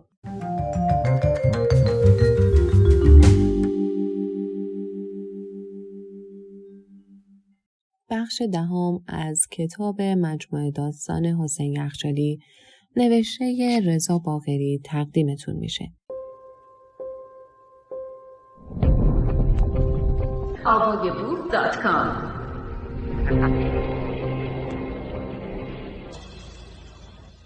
حتما کار پیدا کردی که اخم و تخمم نمی کنی. نه مامان چاخان نمیگم. بعد رفت از اون آقای پرسید. اونم هی به من نگاه میکرد. دست تکون میداد. گفتم حالا اگه دست تکون بدم یهو پشیمون میشه. بعد اومد بیرون گفت خوبه. فردا ساعت 6 بیا اینجا. میدونی روزی چندی میده؟ نه. چقدر میده؟ 15 قرون. خب خوبه دیگه. حالا این کتونی زبار در رفته رو چرا از حسین یخچالی گرفتی؟ آقا مراد گفت فردا باید با کفش درست حسابی برم. خب منم کفش ندارم. 100 بار بهت گفتم با این پسر لاته حرف نزن. حالا رفتی ازش کفشم گرفتی؟ داشتم می اومدم توی یخچال دیدمش. بهش گفتم فردا میرم سر کار کفش ندارم. خودش گفت من یه کفش دارم اگه میخوای بیا بهت قرض میدم. گفتم باش. تا فردا شب. فردا شب باید برم بهش پس بدم. خب اگه اون نبود فردا که نمیتونستم سر کار برم. میتونستم؟ حالا این کفشای قرازه چی هن که میخوای پس بدی؟ خب معلومه که خیلی گداست. فردا میری کفشا رو میندازی تو سرش. باشه. طلا جواهر که ندارن. از حاج خانوم بپرس ببین کفش ابرامو به من قرض میده. خلاصه سرآخر ازم پرسید ننه بابات میدونن که میخوای کار کنی؟ گفتم آره به خدا، اونا خودشون گفتن برو کار پیدا کن. نمیگفتی، حالا میگه این چه ننه بابایی داره. خب اگه نمیگفتم کار بهم نمیداد. خلاصه بعدش گفت میتونی اینجا کار کنی. روزی 15 قرونم بهت میدم. هر روز باید کار کنی. از ساعت 6 صبح تا 6 عصر. فقط جمعه ها روزای تعطیله. اونم برای اینکه بتونی بری همون. حتما باید غسل جنابت کنی. عزت با خوشحالی گفت خب اولش اینقدر میدن بعد کم کم زیاد میشه. بهش گفتم برای تابستون میخوام کار کنم. ولی اگه خوب کار کنم، اگه نتونم برم مدرسه، خب میتونم همینجا کار کنم. حتما مزدمو زیاد میکنه. میشه 2 تومن. راستی غسل جنابت چیه؟ بچه رو فرستادم سر کار ببین رفته چه حرفایی یاد گرفته. غسل جنابت که مال بچه 10 ساله ها نیست. بعد گفت کارت خیلی خوبه. همین کار دنبالش رو بگیر. بالاخره به یه جایی میرسی. ولی من روم نمیشه برم از حاج خانم بپرسم که کفش ابرامو قرض بده. فردا میرم 3 دسمال یه کفشی برات میخرم. فکر نکنم 10-15 قرون بیشتر بشه. مامان نگفتی غسل جنابت چی آخه؟ آخه باید هر جمعه برم غسل جنابت کنم. عزت کمی فکر کرد و میخواست از زیر پاسخگویی خود رو خلاص کنه و با خود فکر کرد باید یه چیزی بهش بگم. دست بردار نیست. جدی باهاش حرف میزنم که نکنه فکرش یه جای دیگه بره. با تغییر چهره و خیلی هم جدی تو هم ناراحتی گفت غسل جنابت مال کساییه که کارای بد میکنن یا شیطون میشن. یعنی شیطون میره تو جلدشون. مثلا چه کارایی؟ عزت با تشر گفت این حرفا چیه میزنی؟ همش مال پایین تنه است. تو که هنوز 10 سالت نشده. مال کساییه که عقلشون میرسه. بعد که عقلت رسید خودت میفهمی. علی وقتی دید مادرش عصبانی شده دنباله سوالو نگرفت و گفت هر روز ظهر آبگوش میخوریم. عیب نداره غسل جنابت رو میرم از حسین یخچالی میپرسم. بدبخت بازم با این حسین یخچالی لات بی سر و پا بازی میکنی؟ به خاطر همین چیزاست که میگن بچه ها نباید باهاش بازی کنن. این چیزا رو بلده. بچه ها رو از راه به در میکنه. این دفعه نبینم اسم این کثافت رو جلو من بیاری. نگاه کن دست و پاتو سیاه شده. تو سفره نون هست. با اون اشکنه که از نهار مونده برو کوف کن. علی سفره رو با عجله باز کرد. تکه نانها را داخل اشکنه خورد کرد و با ولع شروع به خوردن کرد. عزت ضمن انجام دادن کارهای خانه در سختی‌ها و مشقت غوطه‌ور و در آنها غرق شده بود. با خود فکر کرد چی میشد حسن دیگه عرق نمیخورد؟ همه این بدبختی‌ها مال این که پولاشو میده عرق. کرایه خونه رو از کجا بیارم؟ اون پسر بزرگی که همش میخوره و میخوابه. ما دیگه از همه بدبخت‌تریم. حالا هر کی رو میبینی یه لقمه نون رو به زور در میاره. ولی ما چی؟ هرچی جون میکنیم اون یه لقمه دونم در نمیاد. عزت نه تنها با داشتن سن کم صاحب این همه فرزند شده و قادر به تامین خواستای آنان نبود، عدم امکانات آموزشی و بیسوادی خودش نیز به تمام مشکلات اضافه کرده بود. گاهگداری به علی نگاه میکرد که ساکت مشغول خوردن بود. علی از درون مادرش چیزی نمیدانست، اما هر دو به یک چیز فکر میکردند: بدبختی و فقر. به راههای نجات از این بدبختی، راهی که عزت در نظر داشت، روانه کردن بچه‌ها سر کار و دریافت مزد روزانه، و راهی که علی در نظر داشت، کار کردن برای دریافت مزد روزانه. آنها نمیدانستند راه رسیدن به خوشبختی در چیست. علی یک بار پرسید: مامان، حاج خانم نپرسید که من کار پیدا کردم؟ چرا؟ چند بار اومد بالا پرسید پس این پسره کجاست؟ منم گفتم که تو رفتی کار پیدا کنی. مامان، این حاج خانم پولمو نخوره. نه بابا، اون نماز میخونه. دلش برات سوخته بدبخت. مکه رفته حاج خانم. مامان، اونا هم که مثل ما فقیرن. از کجا پول آورده رفته مکه؟ خار بدبخت، این سوالا رو نکن. زمینگیر میشی یا کفر نگو. دروغ که نمیگه. آخه اون سنار سشای تو رو میخواد چی کار کنه؟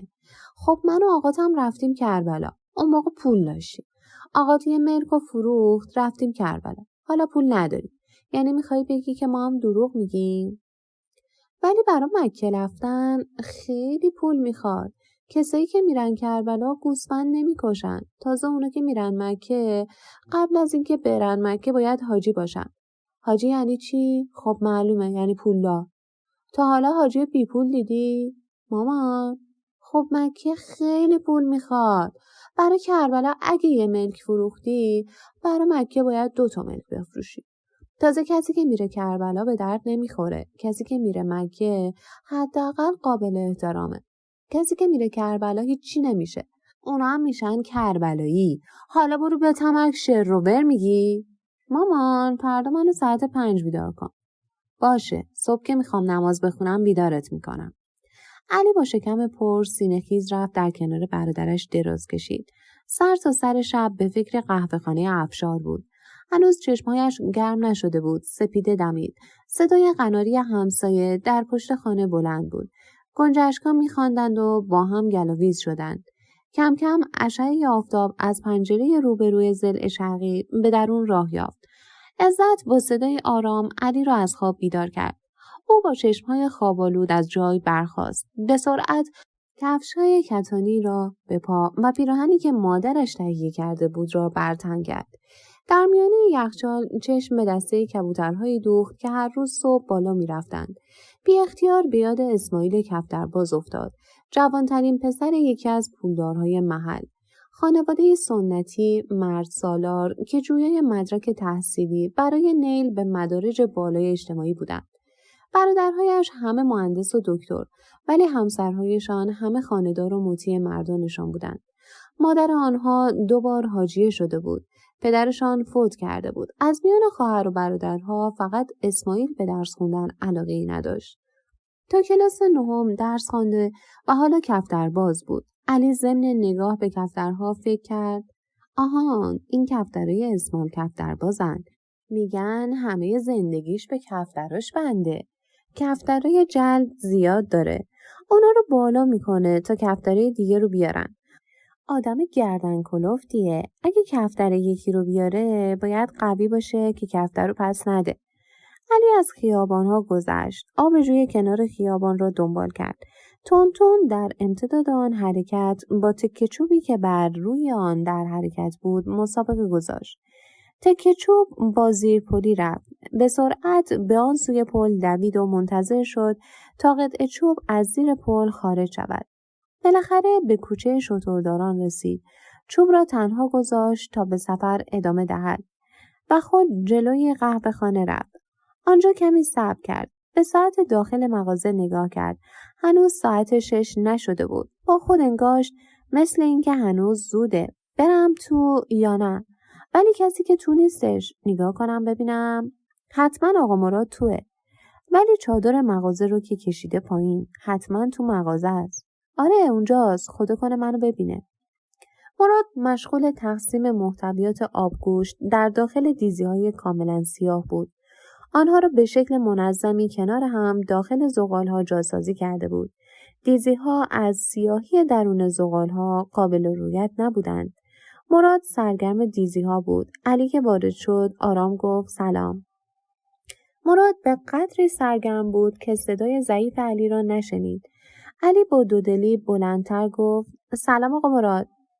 آها پسر، برو اون پشت یه جارو و یه خاک‌انداز بردار، جلوی مغازه رو جارو کن. قبلش یه هوا آب بپاش که گرد و خاک بلند نشه. یه بشکه آب تو انباری هستش. اون جلو رو میبینی؟ اون انباریه. بری تو 2 بشکه رو میبینی. دست راستی رو با اون سطلی که کنارشه از آب جوب پر کن. اون یکی دیگر رو باید بری از فشاری آب بیاری. اون 2 سطل رو بردار ببر اون ور خیابون. یه فشاری هست باید بری از اونجا آب بیاری. 2-3 بار باید بری. یه خورده بجام. والا به هیچ کاری نمیرسیم. آب رو که از فشاری آوردی بده من. باید یکیشو بریزم تو سماور. بقیه رو هم باید بریزم تو بشکه که بشه استکان نعلبکیا رو شست. روزی 2 بار باید آب بیاری. یه بار صبح، یه بار بعد از ظهر. وقتی جلو رو جارو کردی حسابی آب پاشی کن. بعد که تموم کردی بدو بیا تا کارهای دیگه رو بهت نشون بدم. من باید دیزی‌ها رو بار کنم. مراد مشغول پر کردن دیزی‌ها از سیب زمینی و پیازایی که از قبل پوست کنده و یک کپه گوجه فرنگی و نخود لوبیا و گوشت تکه تکه شده بود. علی با تندی وسایل مربوطه را از انباری که مراد به او نشان داده بود برداشت. کارهایی را که گفته بود یکی پس از دیگری انجام داد. از آن سوی خیابان آب آورد و مراد را صدا کرد تا آب را داخل سماور و منبع آب مخصوص ظرفشویی خالی کند. مراد به او نشان داد که چگونه با یک جام کوچک آب را روی زمین پخش کند تا زمین خیس شود ولی گل‌آلود نشود. خب حالا اون صندلی‌ها رو دور اون میزای جلوی مغازه بچین. نگاه کن. من امروز نشونت میدم. از فردا خودت باید این همه کارو بکنی. همه میزا رو با این قاب دستمالای نمدار یه دستی میکشی. صندلی‌ها رو مرتب میذاری دور میزا. رو زمین قهوه خونه رو حسابی جارو میکنی. هر جا لکه یا کثیفی میبینی با این گونی میکشی و روشو پاک میکنی. مراد بازگشت تا بقیه کارهای دیزی را به اتمام برساند. تکه های آتشی را که با آتشگردان تهیه کرده بود را در جای جای منقل بزرگ و مستطیل شکل که مملو از زغال و 50 دیزی 1 نفره و 2 نفره را روی آنها قرار گرفته بودند گذاشت و با بادبزن حصیری شروع به باد زدن کرد. انقدر این کار را انجام داد تا آتش سراسر منقل را فرا گرفت. بعد به سوی علی رفت و گفت خب اینجا 10 تا میز داریم. یادت باشه 10 تا.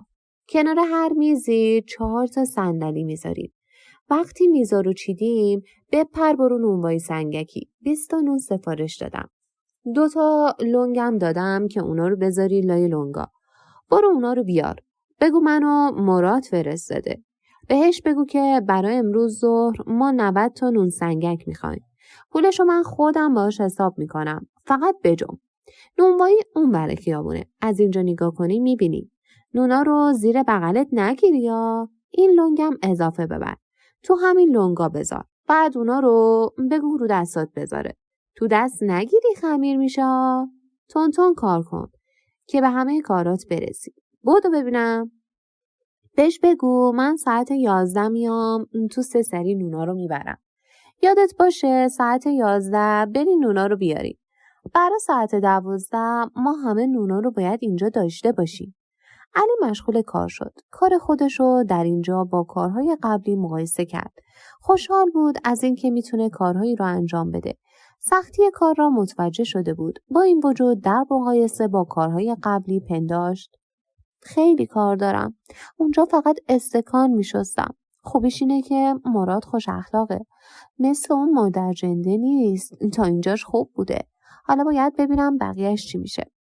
وقتی نانها را از نونوایی آورد، آقای افشار هم اومده بود. خوبه علی، خوب کار میکنی. حرف مراد رو گوش کن. مراد که امروز ازت راضیه. علی قبلا کلمه حاجی رو شنیده بود. کربلایی هم مادرش گفت. حالا براش جای سوال بود. علی بودو بیا اینجا. این سینی صبونه است. قشنگ نگاه کن. هرچی میگم یادت نره. اگه سوال داشتی ازم بپرس. وقتی یکی میگه یه صبونه یعنی یه نصف نون سنگک با پنیر تبریز. این پنیر رو تیکه تیکه کردم. یه تیکه از اونو از توی کوزه در میاری بیرون. میذاری تو نلبکی. یه چای کنارش میذاری با شکر. شکر رو کنارش میذاری. اگه چای قند پهلو خواست 2 تا حب قند کنارش میذاری. اگه تخم مرغ خواست باید بهش بگی تخم مرغ چقدره. مربا و کره و عسل اگه خواستن باید بهشون بگی چقدر پول باید بده. نگاه کن رو دیوار بالای دخله. آقا افشار قیمتا رو روی این کاغذ نوشته. کار دیزی رو خودم میکنم. حالا تو باید کار کنی تا این کارا رو یاد بگیری. قدت کوچیکه. باید اون چارپایه رو بذارم زیر پا تا قدت برسه به قوری. مواظب باش قوری از دستت لیز نخوره. بیا برو بالا امتحان کن ببینم میتونی قوری رو برداری. قوری رو بردار بذار رو پیشخون. بعد از چارپایه بیا پایین. چای رو بریز تو استکانا. چای رو اینجوری میریزی. نگاه کن. استکان رو میذاری تو این سینی. به اندازه یه بند انگشت چای از این قوری میریزی تو هر استکان. حالا نمیخواد حتما همه یه اندازه باشه. هر کی چای خواست از آب سماور میریزی، بقیه استکانو پاش پر میکنی. میذاری تو نلبکیا. اگه یواش حرکت کنی چای لف لف میکنه. از لب استکان میریزه. اگه تون حرکت کنی نمیریزه. به استکان نگاه نکن. سعی کن جلو پاتو درست نگاه کنی. بعد دیگه به چای نگاه نکن. چای تکون نمیخوره. 1-2 بار این کارو بکنی یاد میگیری. استکانا رو میریزی تو این دستشویی، یه دست بهشون میکشی. میریزی تو این یکی که آب تمیزتره. توش یه آب میگردونی. دمر میذاری تو این سینی. زیاد سرتو گرم استکان نلبکی نکن. نلبکیایی که تمیزن رو نمیخواد بشوری. اونایی که باهاش چای خوردن اونا رو بذار تو آب. بذار تو سینی. روزی 1 بار ما اونا رو با چوبک و خاک اره میشوریم. حالا بیا برو بالا کار کن تا نگاه کنم. علی چهارپایه رو زیر پایش گذاشت. از آن بالا رفت و قوری رو از سماور برداشت. آن را روی پیشخوان گذاشت و پایین آمد و شروع کرد به ریختن چای. همه چیز خوب پیش رفت. با لبخند به مراد نگاه کرد. چرا میخندی؟ یاد گرفتی؟ خوب حالیت شد که چی گفتم؟ آره اوستا. اینجا کارش زیاد هست ولی خوشم میاد. دارم کار یاد میگیرم. علی خوشحال بود که کسی به او فحش نمیدهد. بعضی وقتها هم مراد میگه علی فسخلی خوب زرنگی، بدو این کارو بکن.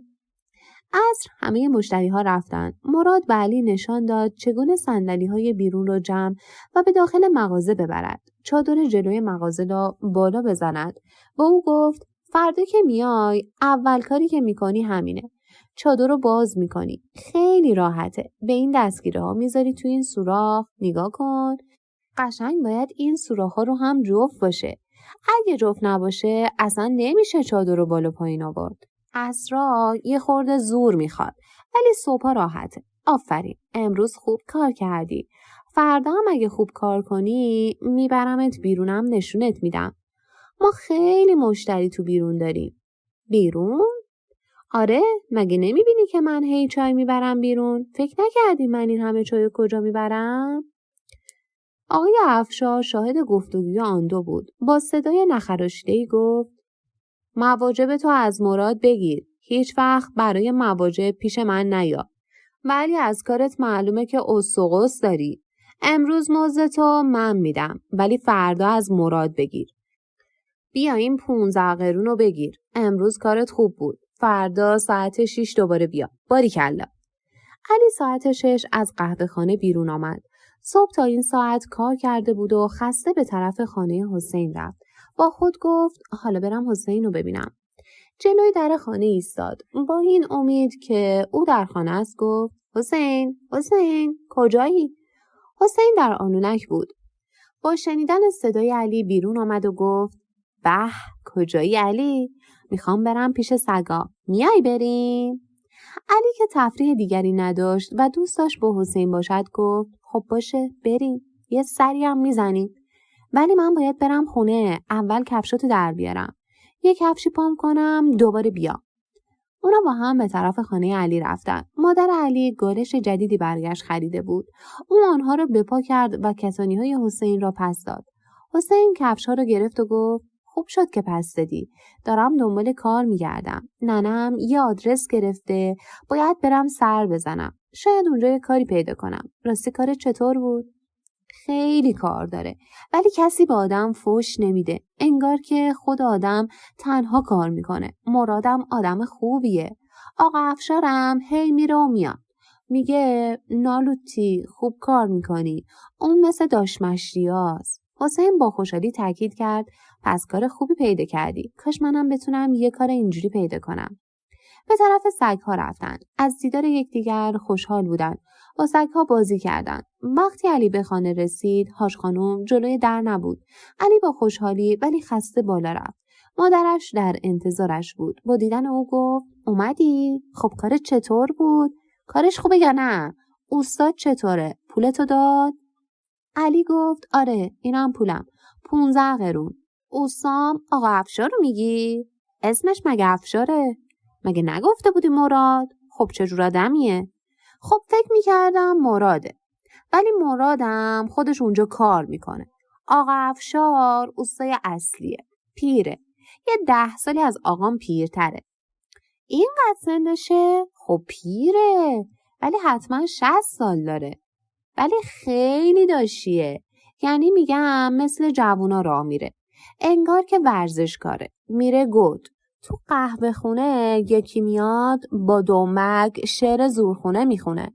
اونجا از اونا که بهش میگن دنبل با یه چیز دیگه هم هست که میذارن رو دوششون. هی بالا پایین میبرن.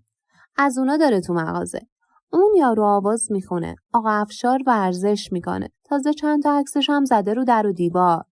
چند تا شعرم نوشته قاب کرده. مثل قاب عکس زده رو دیوار. هر کی میاد تو مغازه اونا رو میبینه. هر دفعه میرم چای بریزم یا استکانا رو بشورم اونا رو میخونم. همه رو از بر شدم. روی یکیش نوشته در بیابانها اگر 100 سال سرگردان شوی بهتر از آن است که محتاج نامردان شوی. روی یکی دیگرش هم نوشته تا توانی دلی به دست آور. دل شکستن هنر نمی باشد. یکی دیگرش هم نوشته 100 سال بدی کردی دیدی ثمرش را. نیکی چه بدی داشت که یک بار نکردی؟ خیلی آدم خوبیه. این حرف رو زده رو دیوار. بعد نمیدونی چطوری راه میره. کلاشاپو داره. کت شلوار سیاه با خطی نازک. بعد موهاشو از زیر کلاش زده بیرون. پیرن سفید یقه آهاری میپوشه. بعد کتشو نمیپوشه. میندازه رو شوناش. سلام میکنم جواب نمیده. سرش همیشه پایینه. دستاشو از دو طرف زیر کتش یه جوری باز میکنه که از دو طرف کتش رو دستاشه. مامان کاش اونجا بودی میخندیدی. کفش چرمی سیاه پاشنه خوابیده واکس زده پاشه. انگار امروز واکس زده. بعد یه زنجیر نقره‌ای دستش داره. وقتی که راه میره زنجیر رو دور انگشتش میچرخونه. یه دستمال یزدی هم داره. وقتی میذاره تو جیب شلوارش پشت دخل میندازه دور گردنش. آها سیبیلش از رو لباش آویزونه تو دهنش. اصلا کسی رو محل نمیذاره. هر کی سلام میکنه جواب نمیده. انگار منتظر اینه که یکی یه چیزی بگه یقه‌شو بگیره. یه مشتری گفت آبگوش دنبه نداره. بلند شد گفت نالوتی غذاتو خوردی حالا داری ادا اطوار در میاری؟ مشتری قد و هیکل آقا افشار رو دید یهو جا زد. هیچ کس دیگه چیزی نگفت. همه نگاه به مشتریه میکردن تا ببینن اون چی میگه. اونم سرشو انداخت پایین و هیچی نگفت. همیشه روی صندلی پشت یه میز کوچیک میشینه. یه چرتکه داره وقتی مردم غذا رو میخورن میرن پیش اون یه نگاه بهش میکنن میگه چی خوردی داشی؟ پولشو میگیره. یارو که خدافزی میکنه اون بهش میگه یا علی مدد. چند باره به من گفت قص و قص داری؟ نمیدونم یعنی چی ولی فکر میکنم یعنی به کار واردم. حتما منظورش اینه که بچه کاریم. بعد کمی فکر کرد. در دنیای کودکی خودش شخصیتی یافته بود. همه ظواهر صاحبکارش را در ذهن خود تجسم کرد و با خوشحالی گفت مامان منم میخوام اگه پول بگیرم اینجوری لباس بپوشم. بعضی از مشتریا که میان اونجا همینجوری لباس میپوشن. میگن داشی یه چای غم پهلو. بعضی هم میگن فسقلی بیا. بعضی هم آجیه پا کردن. بعضی ها هستن پاشنه آجیه یا گیوهاشونو ور کشیدن. خیلی بهتر از قهوه خونای دیگه است.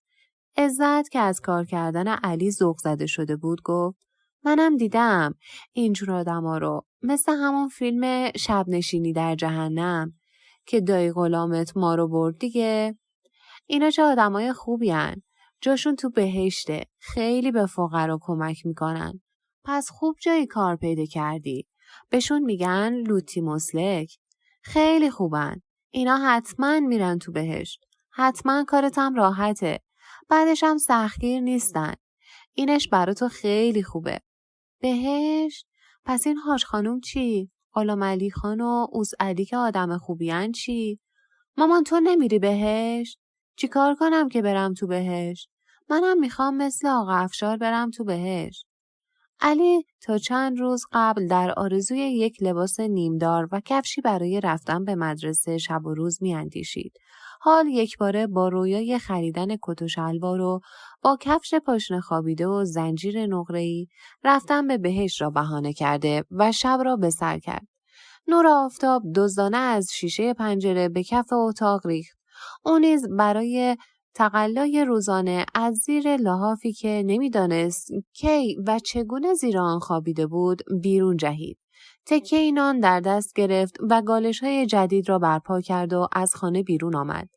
علی همه کارهای روز قبل را انجام داد. وقتی مراد متوجه شد علی همه کارها را کرده به او گفت امروز باید یه دور با من بیای ببینی چطوری چای پخش میکنم. یه سینی چای ور میداری چون تو تازه شروع میکنی هر دفعه 15 تا چای با خودت میبری بیرون. بعضیا هستن که قبلا بهشون ژتون فروختم. هر ژتونی 1 قرون پولشه. هر چایی که میدی یه ژتون بهت میدن. اینا رو میریزی تو این بشقاب که دم سماور گذاشتیم. بعضیا پول میدن. پولا رو میاری میدی به من. علی پس از چندین روز کار در قهوه‌خانه تقسیم چای بیرون از مغازه را به خوبی عهدهدار و مورد توجه مراد و آقا افشار قرار گرفت. در یکی از روزها فراموش کرد 1 ریالی را به مراد بدهد. درگیر تصمیم گیری های درونی خود شد و گفت 2 قرون رو یادم رفت به مراد بدم. حالا چیکار کنم؟ اگه بهش بدم بهم شک میکنه، ولی اونا حسابی منو کنترل کردن. حالا دیگه میدونن من سرشونو کلاه نمیذارم. اصلا چی میشه؟ بعضی وقتا از این همه پول چای برای خودم بردارم. خیلی تون کار میکنم تا وقت ناهار به جای 3 دفعه 4-5 دفعه میرم بیرون.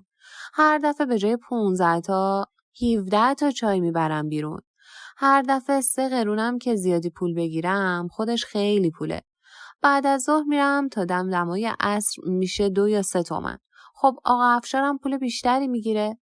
هر روز چند بار اضافه تر میرم. یعنی هر دفعه که میرم 15 قرون بهش میرسه. یعنی 6 دفعه 15 قرون هر روز از چای بیرون میگیره. خب باید چای اضافه هم دم کنم. باید خوشحالم بشه. فقط خدا کنه که مشتریا کمتر ژتون بدن. اگه همه ژتون داشته باشن خب نمیشه. ولی تا حالا اینجوری بوده که خیلیا پول میدادن. خب پولاشون هم رفتم دادم به مراد. حالا مراد پولا رو دیگه نمیشماره. فقط میگه بریز تو اون ظرف کنار دخل. خب اونجا همیشه پول زیاده. ولی من که از اونجا نمیخوام وردارم. بعد پولا رو چیکار کنم؟ نمیتونم که تو جیب شلوارم بذارم. وقتی راه برم صدا پولا میاد.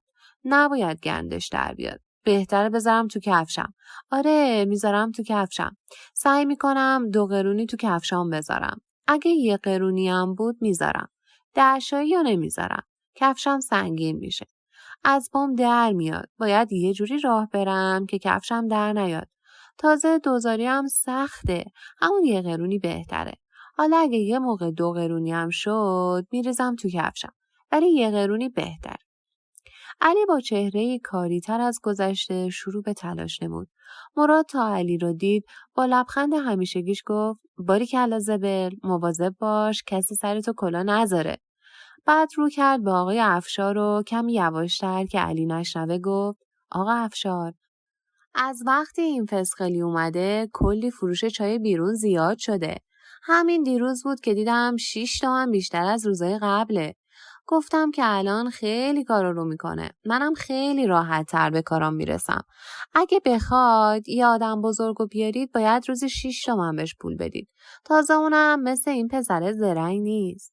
علی هر شب که خسته به سوی خانه باز میگشت در میانه راه هر کجا که خلوت بود پول خورده ها را از درون کفش خود بیرون می آورد و می شمرد. همیشه تقریباً 20 ریال می شد. بار اول که 25 ریال به هاش خانوم تحویل داد. هاش خانوم با خوشحالی پرسید تو به من گفتی روزی 15 قرون میگیری، حالا 25,000 به من دادی؟ چی شد که یهو حقوقتو زیاد کرده؟ نه هاش خانوم، چای میبرم پخش میکنم. بعضیا که براشون چای میبرم بهم 1 قرون پول میدن. این پولا جمع میشه میذارم رو هم میشه اینقدر. یعنی روزی 1 تومن انعام میگیری؟ مگه اونا که چای میخورن چی میفروشن؟ اونا دست فروشن. بعضیا میوه میفروشن. خب کاروبارشون حتما خوبه. خلاصه دروغ نگی که دروغگو جاش تو جهنمه. نه به خدا، اگه باور نمی کنی از این به بعد دیگه نمیگیرم. نه خب خوبه اگه راضیم بگیر. خب اگه راضی نباشن نمیدن هاش خانوم. حالا اربابت ازت راضیه؟ ارباب ندارم. آقای افشار ازم خوشش میاد. بعضی وقتا سر به سرم میذاره. میپرسه خیلی دوست داری کفش شبرو پاشنه خوابیده داشته باشی؟ دفعه بعد که میرم بازار یه جفت کفش شبرو پاشنه خوابیده برات سفارش میدم.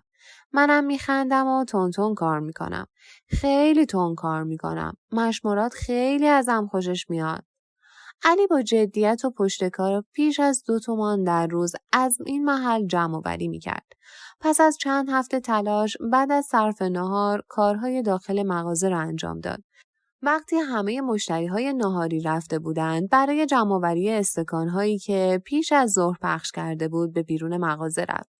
سفارش تعداد زیادی چای از کسبه را گرفت و به مغازه آمد تا چای را که قبلا دم کرده بود داخل استکان‌ها بریزد و دوباره برای پخش چای بیرون برود. از چهارپای بالا رفت. هنگامی که تصمیم داشت قوری پر از چای را دوباره بالای سماور بگذارد، به دلیل بی‌احتیاطی قوری در بالای سماور دمر شد و چای با دمای جوشان از داخل قوری روی او ریخت. او سعی کرد خود را به سرعت کنار بکشد، اما آب جوش از قوری نسبتاً بزرگ به سمت چپ او ریخت. با صدای جیغی از چهارپای بریز پرید. از شدت درد و سوزش بر زمین افتاد. مشتری‌ها با شنیدن صدای جیغ به سویش رفتند. او را که در حال گریه کردن بود از روی زمین بلند کردند. آقای افشار قبل از همه بالای سرش حاضر شد و با غضب به مراد گفت بلندش کن، بفرستش خونه. مراد با دلسوزی و نگرانی دستی بر سر او کشید و گفت چی کار کردی با خودت؟ کجات سوخته؟ چیزی نیست مراد. چطور چیزی نیست؟ آب جوش ریخته رود. بیا جلو ببینم. نه مراد چیزی نیست. اگه چیزی نیست چرا گریه میکنی؟ میگم بیا اینجا. داری گریه میکنی. میگی چیزی نیست؟ اگه چیزی نیست چرا گریه میکنی؟ یه خورده زیر شکمم سوخته. مراد پیراهن او را بالا زد. زیر شکمش را نگاه کرد. به شدت سرخ شده بود و شروع به تاول زدن کرد. میگی چیزیم نیست؟ همه جات سوخته. پس این تاولها چیه؟ یالا باید لباساتو در بیاری. والا بدتر میشه. زیر شکمت همش سوخته. شلوارت هم در بیار بیرون. همه جات سوخته. بدبخت بذار کمکت کنم. در بیار. پیراهنتو در بیار. شلوارت هم در بیار. نه مراد چیزیم نیست. بهت میگم در بیار. تاول زده. سوخته. حتما تا پایینم سوخته. شلوارتو در بیار میگم. میزنم تو سرتا. بدبخت خجالت نکش. مراد با تشر شلوار کشی علی را پایین کشید. طرف چپ آلت تناسلی و کشاله ران و قسمت‌های پایینی پایش به شدت سرخ شده بودند. در برخی نقاط تاول‌های کوچکی به چشم می‌خورد. مراد گفت بچه باید کفشتو در بیاری بیرون. پاتم سوخته. نه اوسا مراد چیزی ندارم بپوشم. در بیار تا یه لنگ بیارم بهت بدم بپوشی. من رفتم لنگو بیارم. تو کفشتو در بیار. شلوارتم در بیار. علی در بد مخمسه‌ای گرفتار شده بود. آرزو داشت میتوانست بلند شود و پا به فرار بگذارد. اما نه توانش را داشت و نه مراد این فرصت را به او میداد. لذا با خود گفت چیکار کنم؟ اگه کفشمو در بیارم یه فصل کتکم میزنن. میندازنم بیرون. تازه بیکارم میشم. آقا افشارم میاد یه لگد میزنه تو کونم. پرتم میکنه بیرون. نمیتونم در برم. تا بخوام به خودم به جنبم مراد رسیده. نمیتونم راه برم. کف پامم سوخته. باید بمونم. چیکار کنم؟ مراد با لنگ در دست بازگشت و با تشر دیگری گفت بازم که هنوز در نیاوردی. بیا این لنگو ببند به خودت. اول کفشاتو در بیار بعد شلوارتو. بعد بلند شو برو خونه. پیراهنتو میتونی تنت کنی ولی شلوارتو نمیتونی. همش تاول زده. سوختی بدبخت. برو خونه. شاید ننه بابات بهت کمک کنن. مراد با اصرار زیاد خواست کفشا را از پایش بیرون آورد. وقتی علی متوجه شد مراد میخواهد با شدت کفشایش را بیرون بیاورد، ترجیح داد با رضایت و آرام کفشا را بیرون بیاورد. قید همه چیز را زده بود. در انتظار مشت و لگدهای مراد و آقای افشاری بود. سوختگی و درد از یک سو و شرم و حیا از سوی دیگر. از مراد بیشتر خجالت میکشید. او همیشه به علی محبت کرده بود. سر به زیر انداخت و به این فکر کرد بعد از آن چه خواهد شد. شخصی که دستگیر و یا غافلگیر می شود در مقابل دستگیر کننده کاری جز سکوت دست به هیچ مقاومتی نمی تواند بزند. قبل از دستگیری و شناخته شدن برای پیشبرد اهداف خود دست به هر کاری می زند تا شناخته نشود. پس از دستگیری در سکوت روش‌های دیگری را برای پیشبرد اهداف خود انتخاب جستجو می کند. تسلیم شدن و عدم مقاومت. علی نیز در این حالت بود. با خجالت و شرمندگی به مراد نگاه کرد. مراد به سوختگی و درد ناشی از آن فکر می کرد.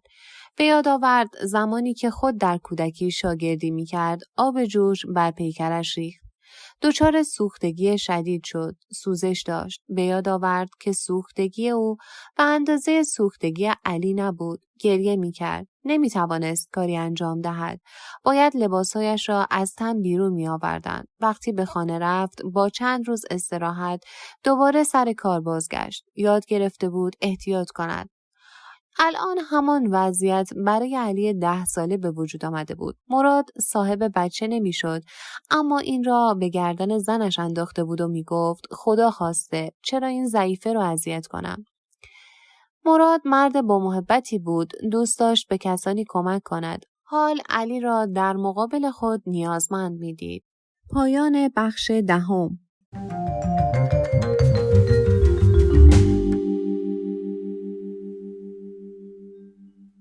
بخش 11 از کتاب مجموعه داستان حسین یخچالی تقدیمتون میشه.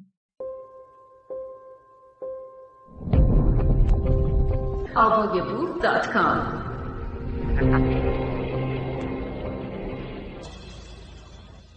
حال علی را در مقابل خود نیازمند میدید. در این حال و هوا علی ناچارن با احتیاط کفش‌های خود را بیرون آورد. مراد خیلی غیر مترقبه چشمهایش به پولخوردهای داخل کف کفش علی افتاد. یک باره خشکش زد. لحظه‌ای در خود فرو رفت. نگاهی به اطراف انداخت. آقای افشار مشغول گرفتن پول از مشتری بود. دیگران فقط به عکس‌العمل‌های علی و مراد نگاه می‌کردند تا شاید بتوانند ایرادی را ببینند و بروند برای زن و بچه‌های خود تعریف کنند. تا اینجای کار خبر خوبی بود. پسر بیچاره از روی 4 پایه به زمین افتاده. آب جوش رویش ریخت. آقای افشار به او تشر زده. آقا مراد به او کمک کرده. سعی نموده لباسهایش را درآورد و یک لنگ حمام به او داده تا خودش را بپوشاند. حال اگر مسئله پول داخل کفش هم به آن اضافه میشد، کلی ماجرا بیخ پیدا میکرد. هیچ کس نمی گفت پسرک چون برای مدرسه رفتن کفش نداشته پول دزدیده. کسی نمی گفت او بیشتر از آنچه که باید کار کند کار کرده. می گفتند پسرک دزد بود. به همین سبب بود که خدا او را تنبیه کرد. جز مراد کسی متوجه پولها نشده بود. نگاهی به چشمان نگران و ترسیده علی انداخت. با خود اندیشید بدبخت فلک زده مثل خر کار میکنه. چی میگیره؟ روزی 50-60 تا دیزی میفروشیم. با یه حساب سرانگشتی خدا تومن پول در میاد. این یه الف بچه چی میگیره؟ حالا مگه به افشارم بگم چی میشه؟ کلی هم به من غر میزنه. میگه تقصیر تو بود که این یه الف بچه دزده و اینجا آوردیش. ولش کن. اگه بدبخت نبود که نمی اومد اینجا و از سر صبح تا بوق سگ کار نمی کرد. خیلی هم میخوان آدم خوبی باشن ولی نمیدونن آدم خوب چی هستش. شاید فکر کنم اگه به افشار بگم آدم خوبی هستم. ولی شاید اگه به افشار نگم خوب باشه. فکر کنم اگه نگم آدم خوبیم پس نمیگم. بعد با قیافه‌ای که نشان میداد ناراحت نیست و چیزی را ندیده رو کرد به علی و گفت میبینی سوخته؟ پاتم سوخته. ولی زیاد مهم نیست. چند روز دیگه خوب میشه. چند روز دیگه که خوب میشی ولی دیگه فکر نمی کنم آقا افشار تو رو برداره. علی هاج و واج به مراد نگاه کرد. انتظار داشت مراد کفش‌ها را بردارد و به همه نشان دهد. پولهای داخل کفش را بشمرد. با لگد و اردنگی او را از مغازه بیرون بیاندازد.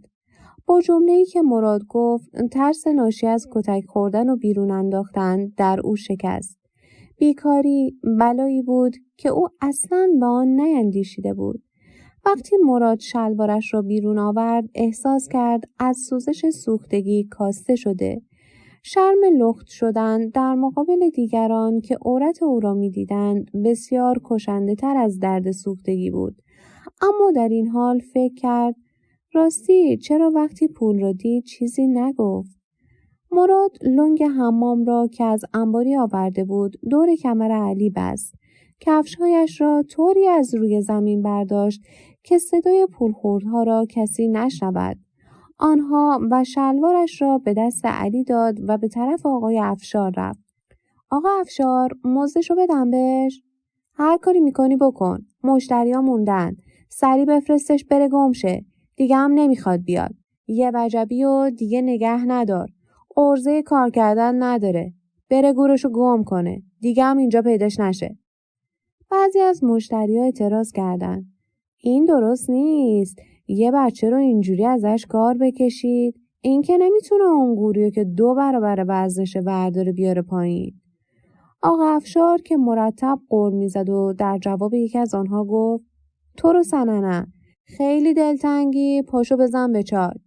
بعد رو کرد به علی و با تشر گفت فکر نمی کردم اینقدر پخمه ای. مزدتو بگیر و برو. همون بهتر بری گردو بازی. تو رو چه به کار؟ مراد با ناراحتی 15 ریال پول از دخل برداشت و گفت بیا این مزدت. برو خونه به ننت بگو به تاولات پودر بزنه. پولو میندازم تو کفشت. مواظب باش گم نشه. خداحافظ اوس مراد. برو به سلامت. علی با درد و ناراحتی از سوختن و اخراج شدن پای در راه خانه گذاشت. هنوز از مغازه خارج نشده بود که نگاهی خشمالود و گذرا به افشار انداخت و در دل گفت مادر جنده چه شعرایی زده رو دیوارش. خوب شد که پولاشو کش میرفتم. یه خورده شک داشتم. نگاه کن چه ادایی داره. خب میخوای منو بیرون کنی؟ حداقل فوش و بد و بیرا نگو. میتونستم بیشترم کش برم. حیف که دیگه دیر شده. شلوار و کفش به دست، پای برهنه با رنگی پریده و سوزشی دردناک قهوه خانه رو ترک کرد و رهسپار خانه شد. پس از پیمودن مقداری راه پولهای کفش و مزدش را بیرون آورد. برایش مهم نبود چقدر می باشند. همه را در یکی از جیبهایش ریخت. حالا چی کار کنم؟ کجا برم؟ مامان دوباره شروع میکنه به غرغر کردن. حالا که نمیتونم کار کنم تو خونه باید بمونم. هر چه فکر کرد نتوانست نتیجه بگیرد که چرا مراد با وجودی که میدانست او پولهای چای را دزدیده حرفی نزد. حتی او را کمک نمود تا دیگران نیز از این ماجرا باخبر نشوند. اما نتوانست پاسخی بیابد. فکر کرد شاید دلش سوخته. شاید ترسیده به آقا افشار بگه آخه اون منو با آقا افشار معرفی کرد. نمیدونم. حتما آدم خوبیه. خب آدم خوبم وجود داره. فکر کنم این که منو لو نداد آدم خوبیه. آره حتما آدم خوبیه. تازه مگه میشه نفهمیده باشه؟ معلوم بود که اون پولای چای بود. اگه نفهمید چرا نپرسید؟ علی عمدن از جلوی خانه حسین یخچالی عبور نکرد و از راه دیگری به خانه رفت. با احتیاط در زد. حاج خانم در را برایش باز کرد. این چیه بستی داره کمرت؟ مگه میخوای بری حموم؟ وا خدا مرگم بده. چرا رنگت پریده؟ چی شده؟ علی شروع کرد به گریه کردن و گفت سوختم. حاج خانم داد زد. ایوا عزت خانوم بیا پایین ببین بچت چش شده. بچت سوخته. سر و صدای حاج خانوم منجر شد دیگر همسایه ها که در اتاقهای خود بی هدف و بی برنامه از زندگی یک نواخت و غیر قابل تغییر به تنگ آمده و در انتظار واقعی بودن تا سکوت را بشکند و تغییری در زندگی خود به وجود آورد از اتاقها بیرون آمدند. به جمع آنها پیوستند. 2 دخترها روسری به سر و مادرشان با چادر سفید گلدار موهایش از هر سوی چادر بیرون زده بود. در کنار آنها با فاصله کمی دختر ملوک و ملوک بدون روسری ایستاده و با نگرانی و دلسوزی به علی نگاه می‌کردند. هر کس چیزی میگفت. حیوانکی، زبون بسته، تفلکی. ببین چه رنگ و رویی برداشته. عزت سر و سیمه به پایین آمد. وقتی علی را دید که همسایه ها دور تا دور او را گرفتند، با ناراحتی و غم گفت این لنگ دیگه چیه دور کمره؟ چی شده؟ خدا مرگم بده. علی چی شده؟ ملوک برایش آب سرد آورد. همسر دستفروش دورگرد برایش لقمه نان و پنیر آورد. دخترها با کلمات مهربانانه میخواستند با او همدردی کنند. علی سعی کرده بود جلوی این همه زن گریه نکند، اما حالت نگرانی و ناراحتی مادرش را دید. شروع کرد به گریه کردن. مادرش با تاکید پرسید آخه چی شده؟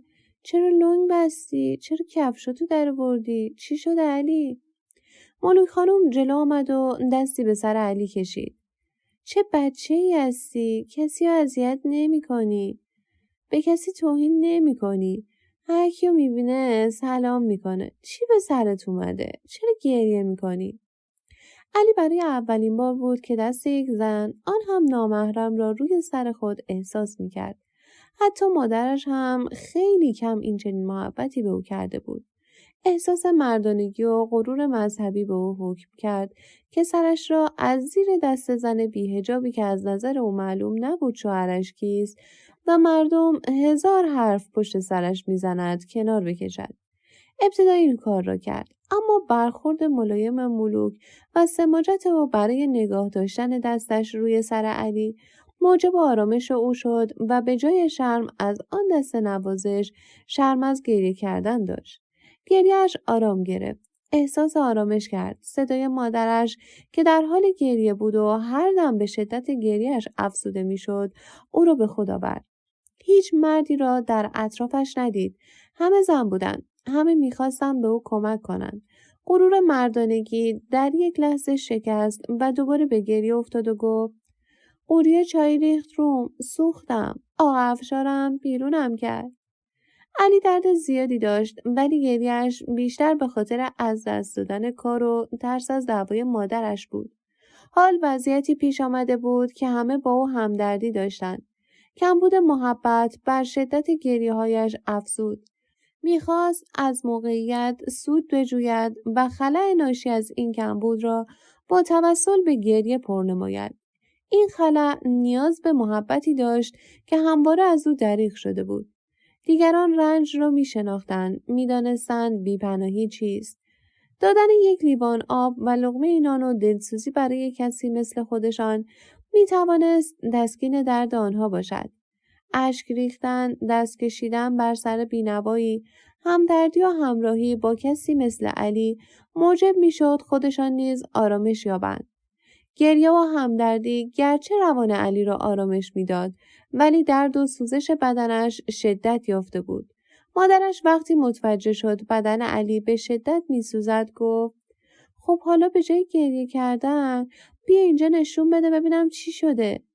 آخه ملوک خانم و اونای دیگه اینجا. هر یک از آنها با دلسوزی صحنه رو ترک کردند و ملوک گفت خب من میرم. نه حاج خانومم اینجاست. منم میرم تو اتاق. نشون بده، به مادرت نشون بده باید یه کاری بکنه برات. وقتی دور و بر علی خلوت شد مادرش با تاکید گفت خب حالا ادا نیار دیگه. لنگو واکن ببینم. دستتو بکش کنار. من که حاج خانوم نیستم. علی قسمت بالایی لنگ را کنار زد تا مادرش بتواند شکم او را نگاه کند. عزت از دیدن تاولها یکی خورد و با ناراحتی گفت بدبخت بهت میگم لنگو بده کنار.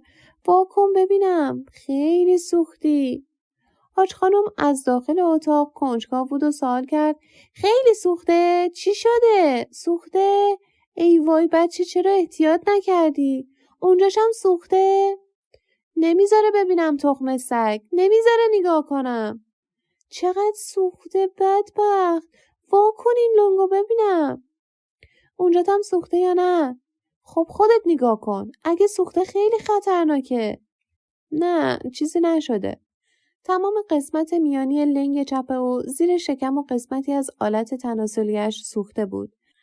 بعضی نقاط تاولها نشان از شدت سوختگی داشتند. عزت با تشر گفت بچه تو نمیتونستی کمی مواظب باشی؟ حاج خانم. بله. پودر داری؟ ملوک خانم داخل حیاط در گوش ایستاده بود. سریعا با اطلاع از وضعیت علی گفت من دارم. حاج خانم هم که از قبل منتظر نشسته بود گفت آره منم دارم. یعنی اینقدر وضعش خرابه؟ بیار حاج خانم، خدا خیرت بده. اینهاش عزت خانم، تو این روزنامه پیچیدم، مواظب باش نریزه. خب پس یک فنجون آب گرمم بیار، یه پیاله، کمی آب بریز توش. حاج خانم با یه پیاله کمی آب آورد. پودر رو داخل اون ریختن و با انگوش حسابی به هم زدن. تکه‌ای پنبه که از لحافای خودشان بیرون زده بود داخل آن کرد. از اتاق دستش رو بیرون آورد و گفت خیلی سوخته عزت خانم.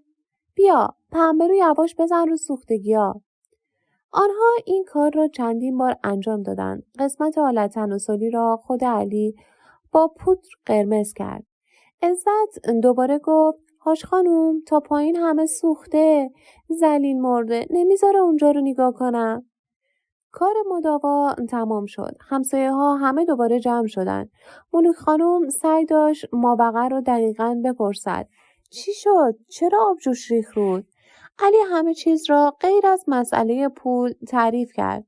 هر کس یک سری مسائل سری را برای خودش نگاه می دارد و این سرها معمولاً می توانند دلایل به وجود آمدن خیلی از اتفاقات باشند.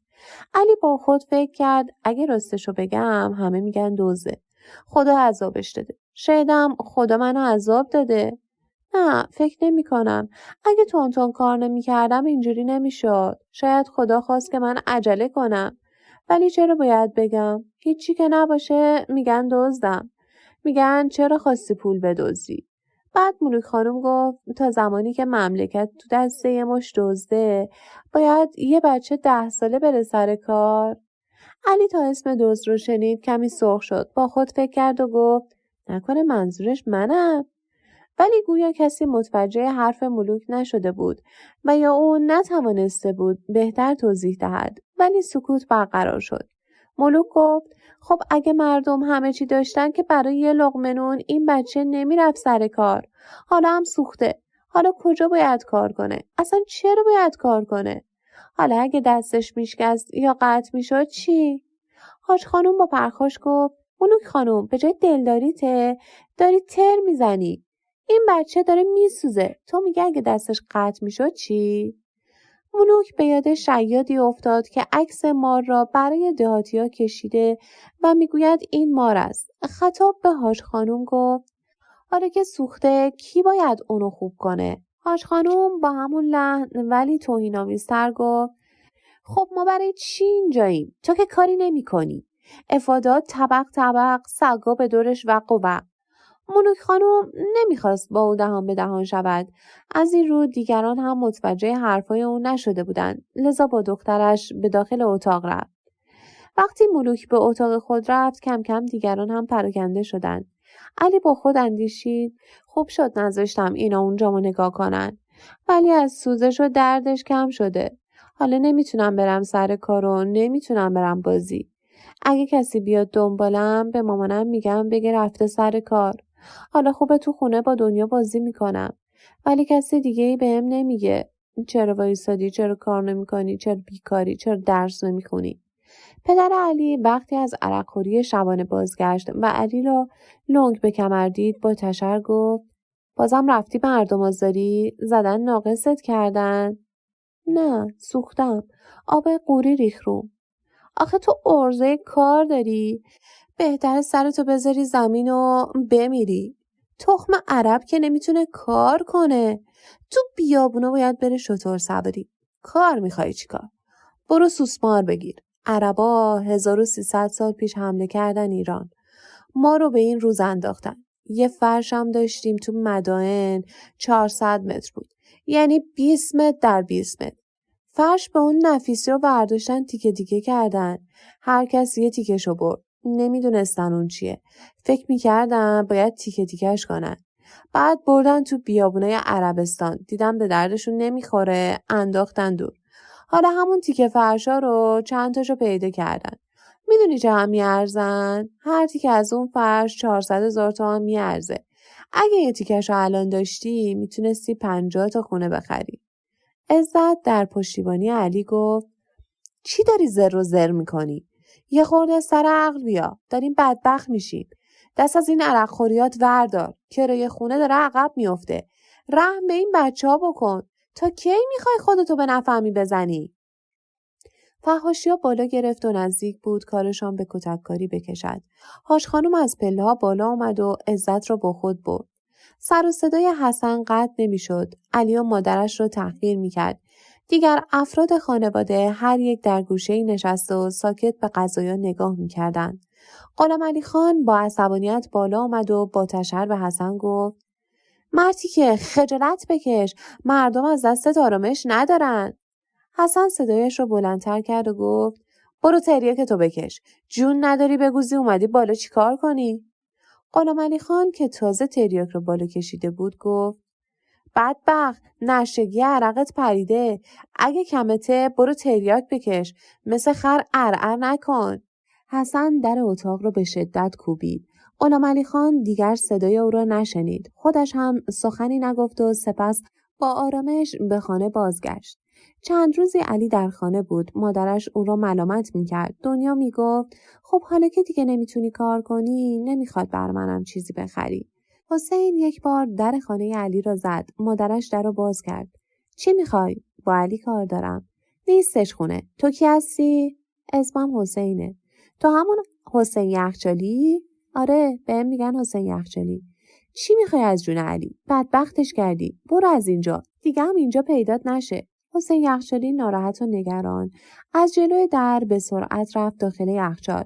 خیلی عصبانی شده بود و با خود گفت اگه ننه علی نبود یکی میزدم تو شکمش حالش جا بیاد. از اولش هم میدونستم اگه برم در خونش ننش اینجوری میگه. کاش که نمیرفتم. ولی چرا؟ من که کسی رو دیگه ندارم که باش حرف بزنم. این آشغال کله ها همه منو مسخره میکنن. فقط علی حرفای منو گوش میکنه. خب حالا چی شده که نیستش؟ باید یه جوری در بیارم علی کجاست؟ حاج خانم صدای دعوای عزت با حسین رو شنیده بود. سر از لای بیرون کرد و گفت کی بود؟ این ایکبری حسین یخچالی بود. نمیدونم از علی چی میخواد هی دنبالشو میگیره. آها، اسمشو شنیدم. ولی میگم باباشو اعدام کردن. چیکار کرده بود؟ حتما مثل خودش لات بوده. خب از اون لات همین بچه هم به عمل میاد. ملوک هم که از تنهایی و بیکاری حوصله‌ای برایش باقی نمانده بود بدش نمیآمد در جمع آنها حضور یابد و نکاتی را مطرح کند. احساس کرده بود آنها او را تحویل نمیگیرند اما با وجود این به جمع آنها پیوست. چی اسمش؟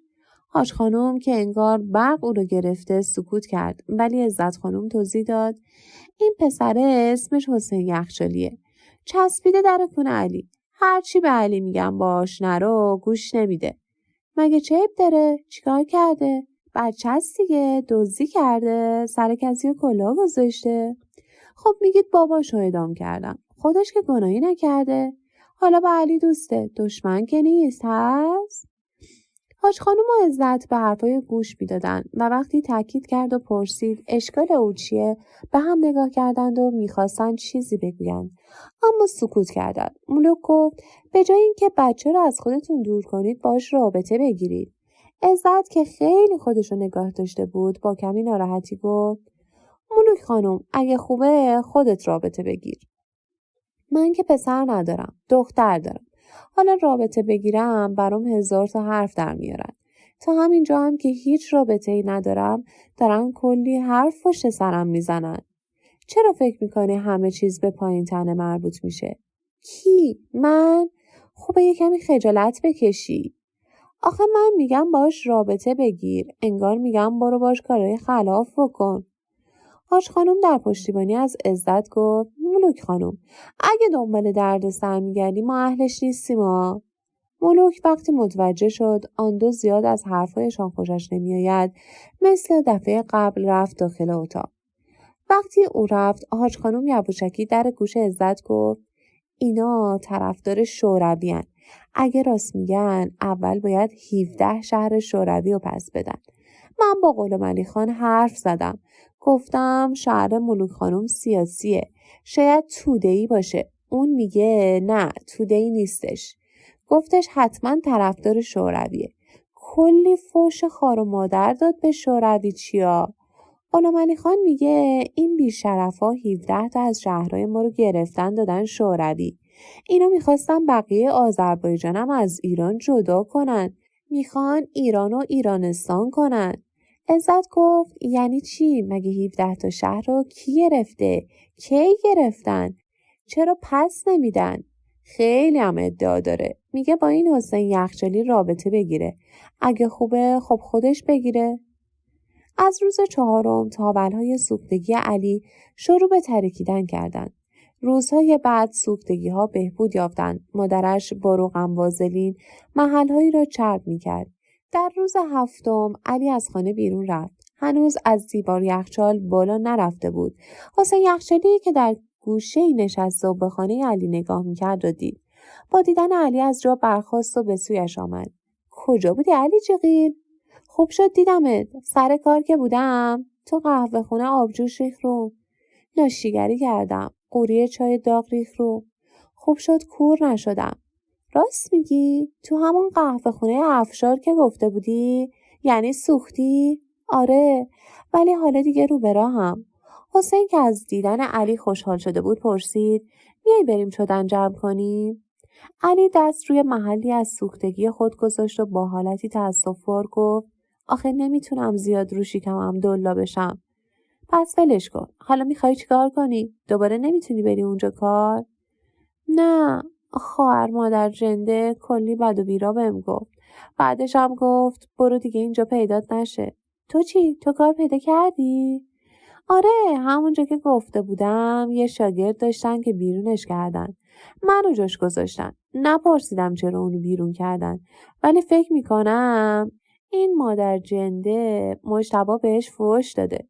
اونم گذاشته رفته. حالا چند روزی هستش که میرم. مجتبی کیه؟ یکی از پسراشه که من باید زیر دست اون کار کنم. ازش خوشم نمیاد ولی باید برم. کاری نمیتونم بکنم. باید برم. امروز ساعت 2 منو فرستادن خونه. ننه آقا گفت امروز برو استراحت کن. چرا خوشت نمیاد؟ برام سخته. کارش زیاد نیست. ولی خب یادت هست چقدر دنبال کار میگشتم؟ هر جا که میرفتم همه همون سوالو میکردن. تا میخواستم حرف بزنم بالاخره در میومد جریان چیه. اگه دروغم میگفتم بعدش گندش در میومد. تو این سبزی فروشی اینجوری نیست. اصلا ازم نپرسیدم بابات کیه، ننت کیه. همینجوری منو ورداشت. یه زنه رئیسشه. خیلی پیره. همه کار است. بعد فهمیدم مادر اوناست. ولی مثل رئیس هاست. زنه. ولی خیلی خرش میره. پشت دخل به همه دستور میده. برای همه کار درست میکنه. همه رو دعوا میکنه. به خشکی شانس کی شده رئیس ما. هر کس هر کاری میخواد بکنه باید از اون اجازه بگیره. یه بار برادر بزرگه دیر اومد جلو همه ما کنفش کرد. میدونی چی گفت؟ بهش گفت بهتر بود تو خونه پیش زنت میخوابیدی. داشت خندم میگرفت. مجتبی کنارم بود گفت تخم سگ کارتو بکن. ندیدم یه مادر به پسرش اینجوری بگه. به همه میگه تو چیکار بکن چیکار نکن. 3 تا پسرش اونجا کار میکنن. نمیدونستم اون رئیس هم است. اولش رفتم پیش پسر بزرگه. نمیدونی چقدر گردن کلفته. این همون بود که ننش کنفش کرد. اول فکر کردم چون از همه گنده تره خب رئیسه. علی محبوب تعریف‌های حسین شده بود و با خنده‌ای تعجب آور حرفای حسین رو قطع کرد و گفت پس باباشون کجاست؟ حسین گفت حالا صبر کن نخند. راستی میگم. به همون گفتم آقا شاگرد میخوای؟ بهم نگاه کرد. گفتم الان پرتم میکنه بیرون. گفت برو پیش نناقا. ترسیدم پرسیدم نناقا کیه؟ گفت برو تو مغازه پیر سگ پشت دخله.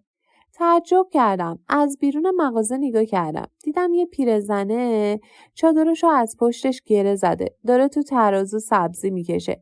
وایسادم تا کارش تموم شه. با ترس و لرز رفتم جلو. به هم نگاه کرد. انگار منتظرم باشه. پرسید چی میخوای؟ گفتم مادر شاگرد میخوای؟ کمی براندازم کرد و گفت اسمت چیه؟ کجا زندگی میکنی؟ گفتم نزدیک خیابون ری. یه خورده نگام کرد و ازم پرسید اسمت حسینه؟ فهمیدم منو میشناسه. نمیدونستم از کجا منو میشناسه، ولی بعداً شستم خبردار شد که ننم با اون سر و سری داشته. هیچی نگفتم. منم نگاش میکردم. میخواستم ببینم چی میگه. هی خدا خدا میکردم نکنه بپرسه ننت کیه بابات کیه. بعد یه جوری بهم نگاه کرد که انگار ازم خوشش اومده. با خنده پرسید زبلی یا نه؟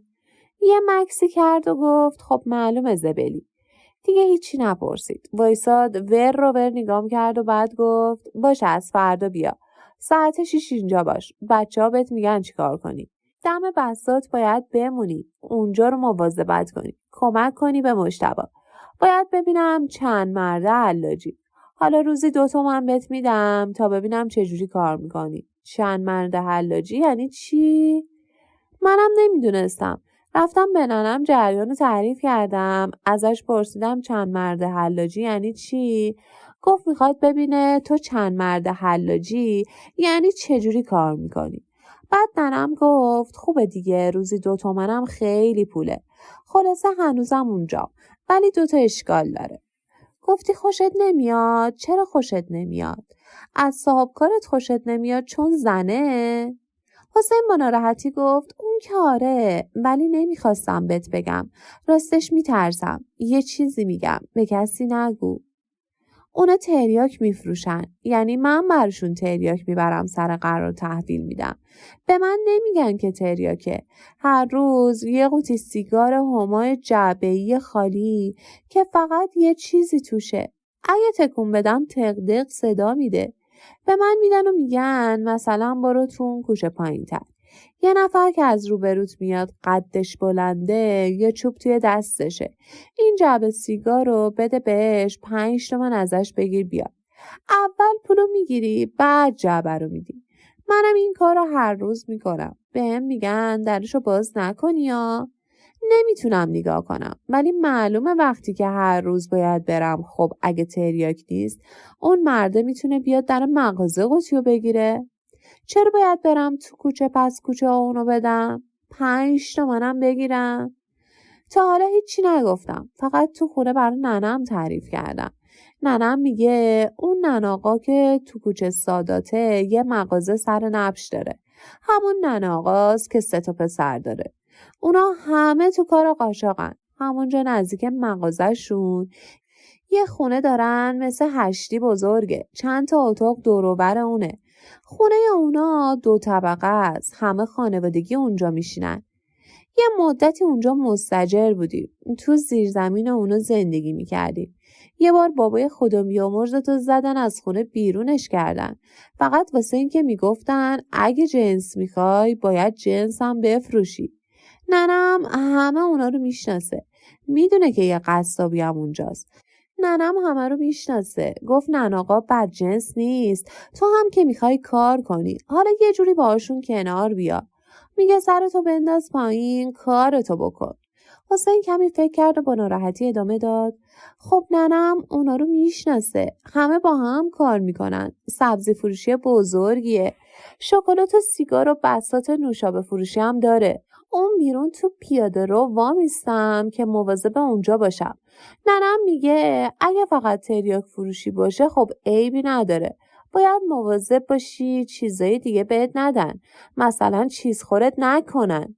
علی که از حرفای حسین شوکه شده بود گفت خب اگه تریاک فروش باشن که شاید تریاک خورت کنن. باید مواظب باشی.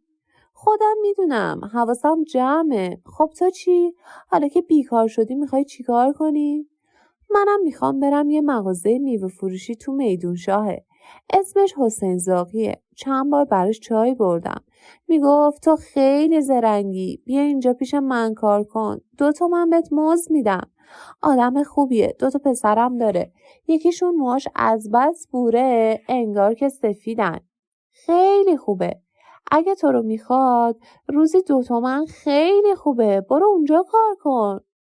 حالا میخوام برم میدون شاه. میای با هم بریم؟ باشه بریم. انگار میدونستم اتفاقی برات افتاده. یه بار اومدم در خونتون. میدونستم ننت منو دعوا میکنه. اولش منو نشناخت. بعد که فهمید من حسین یخچالیم شروع کرد به داد و بیداد. شنیدم. خب وضعم خراب بود.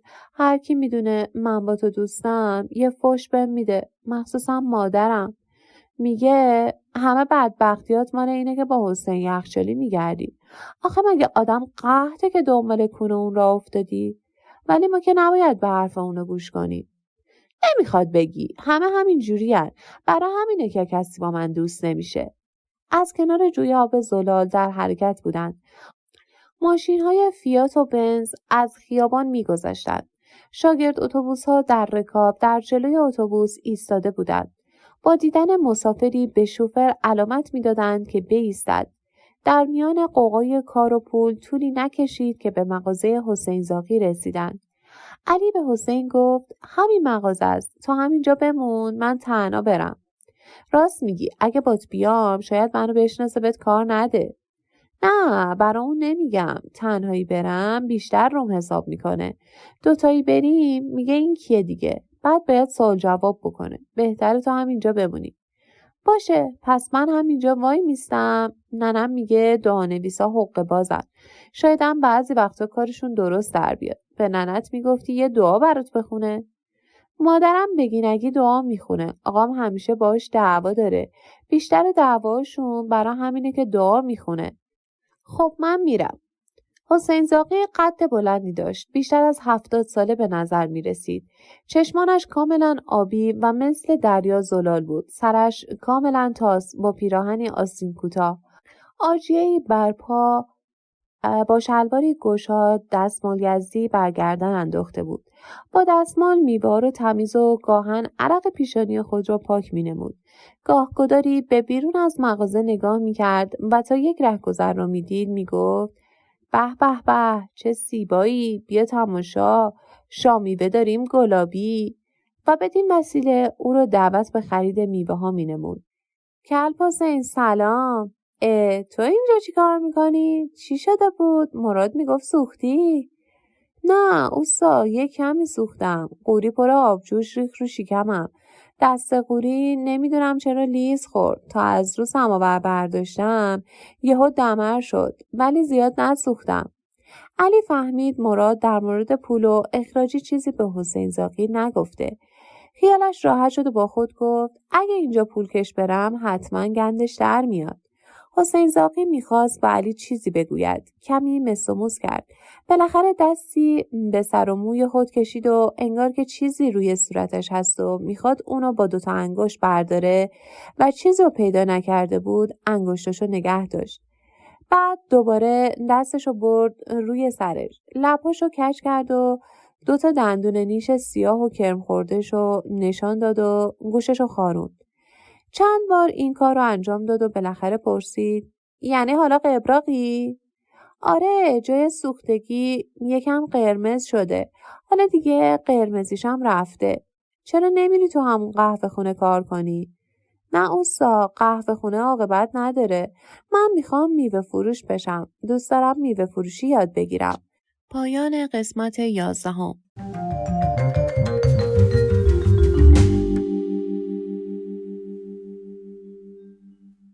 بخش 12 از کتاب مجموعه داستان حسین یخچالی نوشته رضا باقری تقدیمتون میشه.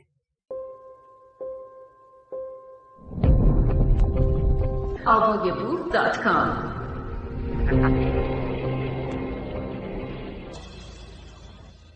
نه اوستا قهوه خونه آخر عاقبت نداره. من میخوام میوه فروش بشم.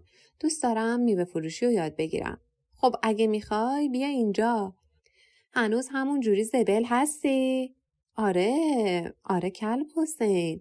هر کار باشه میکنم. اگه بخوای اینجا کار کنی باید بگم صبحای شنبه ساعت 6 بیایی سر کار. بقیه روزا ساعت 8 بیا. ناهارم همینجا میخوری. نون و پنیر و خربزه یا هندونه. بعضی وقتا هم آبدو خیار. از آبگوش بهتره. بعضی شبا که میوه تازه داریم مثل انگور یا انجیر و توت باید واستی تا ساعت 12 شب تا اونا رو بفروشیم. اگه بمونن خراب میشن. آخر شبا هر میوه‌ای که داره خراب میشه باید بریزیم دور. میتونی ببری خونت برا ننت. چند تا خواهر برادر داری؟ 7. یکی از خواهرام شوهر کرده، یکی دیگه‌ش هم داره شوهر میکنه. یه برادرم رو که میشناسی، مهردادو میگم. الان تو بستنی فروشی کار میکنه. آره میشناسم. سر به زیره، ازش راضی هستن. چشم و دل پاکه. صداش در نمیاد. هرچی بگن گوش میکنه. هستی تو هم؟ اینجوری هستی؟ آره کلب حسین، آقام میگه تو از همه بچه‌هام زرنگتری. بعضی وقتا مهرداد کمک میخواد، میاد منو میبره. اون که از تو بزرگتره، ولی بقیه روزا شاید زودتر بری خونه. روزای جمعه برای حموم رفتن تعطیلی. روزی هم 2 تومن مزد میدم. اگه میخوای میتونی از فردا بیای؟ باشه اوس حسین، از فردا میام. فردا صبح که اومدی نشونت میدم کرکره مغازه رو چطوری بالا کنی. همه جا رو جارو میکنی، جلو مغازه رو جارو میکنی، بعد حسابی آب میپاشی. میوه یا خراب و سوا میکنی، همه میوه رو با دستمال خشک و پاک میکنی. مرتب میچینی، باید داد بزنی تا مردم بیان بخرن. یواش یواش یادت میدم. هفته 1-2 بارم بار هندونه یا خربوزه میارم. باید کمک کنی بارو خالی کنی. هر 2-3 روز یه بارم باید بری از فشاری با سطل آب بیاری. خب باشه کلب حسین، اینا که کاری نیست. پس برو فردا صبح ساعت 8 اینجا باش. باشه اوسا، خدافظ. حسین زاغی شروع کرد به فریاد زدن. بدو بدو سیب گلابه. علی بال درآورده بود. بر فراز خیابان پرواز می‌کرد. صدای شرشر آب در کنار خیابان با صدای دلنواز او را به سوی یارش می‌خواند. حسین را یافت. نمی‌دانست بخندد یا حرف بزند یا از خوشحالی اشک بریزد. وقتی رو در روی حسین قرار گرفت با خنده‌های بلند گفت: روزی 2 تومن میده. شبا هم میوه خراباشو میده میبرم خونه. بعضی وقتا میارم در خونتون. اگر کسی را به اجبار زیر کوهی از خاک اره محبوس کنند، هوایی برای تنفس ندارد، اما چاره جز نفس کشیدن نخواهد داشت. اجباراً آن هوای کشنده را تا مرز مرگ تنفس خواهد کرد، چرا که جز آن هوا بی هوایی چاره‌ای دیگر برایش باقی نگذاشتند. این کودکان نیز در چنین وضعیتی قرار داشتند. آنها در هیچ بودند. به هیچ مطلق خود ناخواسته خرسند بودند. حسین با خوشحالی گفت: چه خوب، راحت کار پیدا کردی. تو چه شانسی داری. کارای خوب پیدا میکنی. کار من خیلی بده. سخت نیستا، ولی خیلی بدم میاد. نه که خوشم نیاد. اون پسر خیلی اذیت میکنه. کمی سکوت و با دیدن یکباره جریان آب همه چیز فراموش شد. حسین با شعف گفت: نگاه کن، تو جوب چه آبی میره. نمیخوای بریم یه آبتنی کنیم؟ آخه من هنوز سوختگیم خوب نشده. بریم تو آب، بچه ننه بازی در نیار. من رفتم. حسین پیراهن خود را بیرون آورد. وارد گودالی که جلوی فوران یک چاه عمیق درست کرده بودند شد. منم اومدم. فکر نکنم چیزیم بشه. تازه آب پیدا نمیشه که خودمونو بشوریم. پسرهای دیگر هم به جمع آنها اضافه شدند. در کمتر از 10 دقیقه نزدیک به 10 پسر بچه در آنجا شروع به بازی کردند. به قدری شلوغ شد که مغازه‌دارهای اطراف با فحش و تشر بیرونشان کردند. حاج خانم تا علی را دید: چی شده؟ دوباره راه افتادی؟ چقدر خوب شد. بازم میتونی بری سر کار. حاج خانم معلومه که میتونم کار پیدا کنم. تازه یه کار پیدا کردم. راست میگی؟ چقدر زرنگی؟ کجا؟ روزی چند میگیری؟ روزی 2 تومن. روزی 2 تومن؟ خدا شکر. از روزی که سوختی تا حالا دارم برات دعا میکنم. ولی اون کارت خیلی خوب بود. حیف که از دست دادی. خب همینم خوبه. از وقتی که رفتی بیرون برات دعا کردم. حالا خیلی خوب شد. اونجا بیشتر پول در می آوردی. حالا بدم نیست. خیلی خوب شد. دیگه خیالم راحت شد. عزت از پله‌ها پایین آمد. علی کار پیدا کردی؟ قرار نبود به این زودی بری و کار پیدا کنی. ماشاءالله چه پسری دارم. دیگه داره میشه یه مردی. باریکلا. خودت تنها رفتی کار پیدا کردی. آره من دیگه به کسی احتیاج ندارم کمکم کنه. آج خانم که چادر رنگ روشن خود را بر روی شانه‌ها انداخته بود، تکانی به خود داد و گفت: غلام علی خان زحمت خودشو کشید. منم گفتم بذار بره خودش مستقل بشه. کمی تعارف کردند و هر سه به اتاقهای خود رفتند. مامان، این حاج خانوم چقدر نازک نارنجیه. غلام علی خان که برای من کار پیدا نکرد. معمار منو برد تو قهوه خونه سید علی. تازه اونم که اونجوری در اومد. خب اگه غلام علی خان تو رو نمیبرد تو اون قهوه خونه، معمار که تو رو نمیدید. خب هر کس یه کاری میکنه. باید ازش تشکر کنی. نمیشه گفت من همه کار رو میکنم. خب معلومه که من دارم خودم همه کار رو میکنم. اینقدر از خود راضی نباش. کسایی که میگن من همه کار میکنم هیچ کاری نمیتونم بکنن. علی شب را روی پشت بام در کنار خانواده‌اش دراز کشید. صدای رهگذری مست و شنگول فضای ساکت را رونق داد و میخواند: گل پری جون، بله. اینجایی جون، بله. و هرچه دورتر میشد صدایش بمتر و دورتر و محو میگردید. علی را به خواب رویایی کشاند. صبح ساعت 6 از خواب بیدار شد. آفتاب صبحگاهی لایه‌های سرد را از روی رویاندازها ربوده بود. ماندن در رخت خواب نمیتوانست برای علی آینده‌ای داشته باشد. گرچه او نمیدانست چرا و چگونه اوقات گرانبهایش بیهوده به تاراج می رود. علی به سوی مغازه میوه فروشی به راه افتاد. هیچ کس در خیابانها نبود. کرکره مغازه ها هنوز پایین بودند. آب از چاه عمیق جاری بود. در بین راه دست و صورتی شست و تا جلوی مغازه میوه فروشی همراه آب حرکت نمود. با خود فکر کرد اگر حسین زاغی زود بیاد میتونم با همین آب جلوی مغازش آب پاشی کنم. حسین زاغی هنوز نیامده بود. علی صبر کرد. در این حال مشغول تماشای ماشین‌هایی شد که از خیابان می‌گذشتند. ماشین‌ها متعلق به کسانی بودند که وضعیت مالی خوبی داشتند. بارفروش‌های میدان سبزی، فروشگاه‌های داخل بازار سلطانی و زمیندارایی که در تهران زندگی می‌کردند.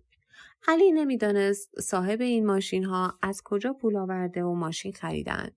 به کار خودش فکر کرد و با خود زمزمه کرد: اول کاری که باید بکنم اینه که جلو مغازه رو آب بپاشم. بعد جارو کنم.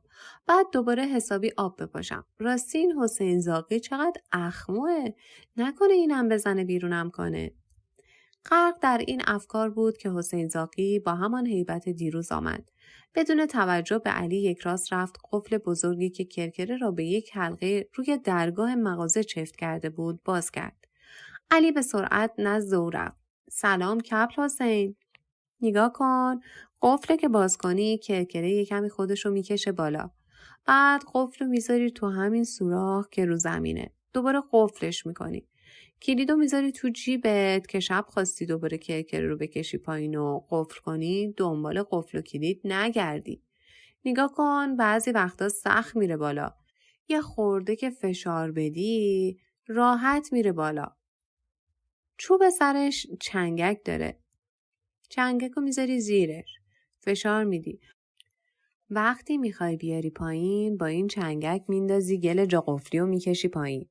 کرکره هیچ وقت خودش پایین نمیاد. خب حالا نگاه کن. جعبه‌های میوه رو میاری میچینی بیرون تو پیاده رو. اینجا جلو مغازه 6 تا جعبه رو ردیف میذاری کنار هم.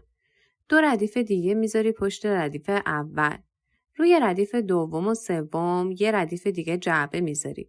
رو ردیف سوم یه ردیف دیگه میذاری. نگاه کن. الان جعبه ها تقریبا با هم مساوی هن. حالا مثل پله شده. رو پله ها این پارچه سبز رو میکشی که بلند و کوتاهیاشو بپوشونه. اون جعبه های میوه رو میچینی روی این جعبه ها. هر جعبه‌ای که کم میوه داره زیرش کاه پر میکنی که معلوم نباشه خالیه. خوشگل نشون داده بشن. اول جعبه میوه‌ای خوب و میذاری طبقه بالا مثل سیب و گلابی که تو چشم بخوره. میوه‌های دیگه مثل هلو و طالبی و زردآلو رو میذاری ردیف وسط. اون جلو باید انگور و توت و میوه‌ای که خراب میشن مثل خیار و هلو و سیب و اینا رو بذاری. عقب مغازه که خالیه جا میذاریم برای هندونه یا خربزه. یه دستمالم بهت میدم. سیب و گلابیا رو تمیز میکنی. باید برق بیفته. نباید سفت دستمال بکشی. سیبا لک برمیدارن. کسی اونا رو با این قیمت نمیخره. بعد باید ارزون بفروشیم. سیبای ارزون قیمت رو هم ردیف اول بذاریم. سیب کیلویی 1 تومنه. اون یکیا قیمتشون رو روی کاغذ بنویس که یادت نره. ولی اگه یه مشتری اومد گفت سیب کیلویی چنده، نگو 1 تومن. بگو 12 قرون. اگه مشتری باشه چونه میزنه. تو آخر بهش بگو 1 تومن. وقتی من نیستم مواظب باش کسی سر تو کلاه نذاره. بعضیا میان میگن حسین زاغی گفته 10 تومن به من بده. حواست جمع باشه. من کسی رو نمیفرستم. پولای دخل رو مواظب باش. حواست پرت نشه کسی دخل رو بدزدا. من میرم میدون سبزی میوه بیارم. میرم پیش طیب. علی اسم طیب را قبلا از حسین یخچالی شنیده بود و با تعجب پرسید: میری پیش طیب؟ همون که دست راه میندازه؟ آره، با حسین رمضون یخی دعواشون شده بود. اونم از ترس کنش 7 کچلون رو برده بود تو لاله‌زار. زدن شکم طیب و سفره کردن. تازگی‌ها یه نفر پیدا شده اسمش ناصر جیگرکیه. اینم میخواد میدون رو تو دستش بگیره. یعنی چی تو دستش بگیره؟ الان باید برم. مغازه رو بپا، سنگ ترازو رو که یادت دادم. یارو میاد سیب بخره، میگه کیلو چنده؟ میگه سیب از دم کیلو 3 قرون. نذاری دستمالی کنه میچلونه میذاره سر جاشا، خراب میشه. دیگه کسی نمیخره. میوه رو میذاری تو پاکت، بعد میذاری تو کفه ترازو. سنگا رو 100 بار بهت گفتم. سنگ 1 کیلو رو با 2 کیلو قاطی پاتی نکنی یا؟ راستی بهت بگم اصغر و عباس با سند خونه میان. تا 1-2 ساعت دیگه اینجا هستن. اگه اومدن سرگرم بچه بازی نشین. حواست به مغازه باشه. حسین با عجله به طرف جنوب حرکت کرد. علی به قد و قواره حسین زاغی نگاه کرد که تونتون راه می رود و به یاد حرفای او افتاد که در مورد حسین رمضون یخی و دیگران غرق در خود و زور و بازوی آنها و خصوصا ناصر جیگرکی شد و با خود گفت: حتما پیش طیب خوش میگذره. کاش یه بارم منو ببره پیش اون. باید خیلی هیکل داشته باشه. ولی از ناصر جیگرکی بیشتر خوشم میاد. حتما جوونتر از طیبه. حسین رمضون یخی خیلی ترسوه. 7 کچلون دیگه کیان؟ حالا داد بزنم حسین زاغی نیاد بیرونم کنه. او پس از اینکه جلوی مغازه را آب و جارو کرد شروع به داد زدن نمود. هنوز رفت آمد در خیابان جریان نداشت. علی کنجکاو بود که مراد را ببیند. گاه گداری سرک می‌کشید تا شاید او را هنگامی که مشغول پخش چایی از قهوه‌خانه بیرون می‌آید ببیند. اما هرگز هیچ وقت او را ندید. او از اینکه 2 پسر حسین زاغی همسن و سالش بودند خوشحال بود. برای اولین بار به تنهایی اختیار یک مغازه را در اختیار گرفته بود. دستمالیزی حسین زاغی را به دست گرفت. گاهی داد میزد و گاهی سیب‌ها را پاک می‌کرد و در تقلید از او عرق پیشانی خود را پاک می‌نمود. احساس بزرگی به او دست داده بود. خانم کارمندی روسری به سر از جلوی مغازه عبور کرد. علی همان جمله حسین زاغی را تکرار کرد. به به، باغت آباد انگوری. بالاخره کسانی برای خرید میوه به مغازه آمدند. ساعت از 10 صبح گذشت. علی به کارش وارد و چابکتر شد و مشغول راه اندازی مشتری ها بود. پسرهای حسین زاغی و همسر جوانش آمدند. او اصغر و عباس را قبلا دیده بود. با دیدن مادرشان متوجه شد منظور حسین زاغی از سند خونه زنش بوده. آرایشی بر چهره نداشت. با چشمان آبی رنگ و لبخندی مخفیانه به علی نگاه می‌کرد. مثل اکثر زنان چادری روشن به سر داشت. موهایش بور و حدوداً 25 ساله به نظر می‌رسید. برای علی زیاد غیرعادی نبود که همسر حسین زاغی نزدیک به 45 سال از شوهرش جوانتر است. به او سلام کرد. او هم با مهربانی پاسخ داد و وارد مغازه نشد. از همانجا به حرکات علی نگاه می‌کرد. پس از برانداز کردن علی و برخوردش با مشتری‌ها به این نتیجه رسید که پسر بدی نیست. عباس برو دم دست علی واستا کمکش کن. به اصغر بگو، اون که بهتر میتونه. مسخره بازی در نیار. اصغر داره داد میزنه. علی با دیدن عباس گفت: چه موهایی داری؟ آره، جلو آفتاب چشام نمیبینه.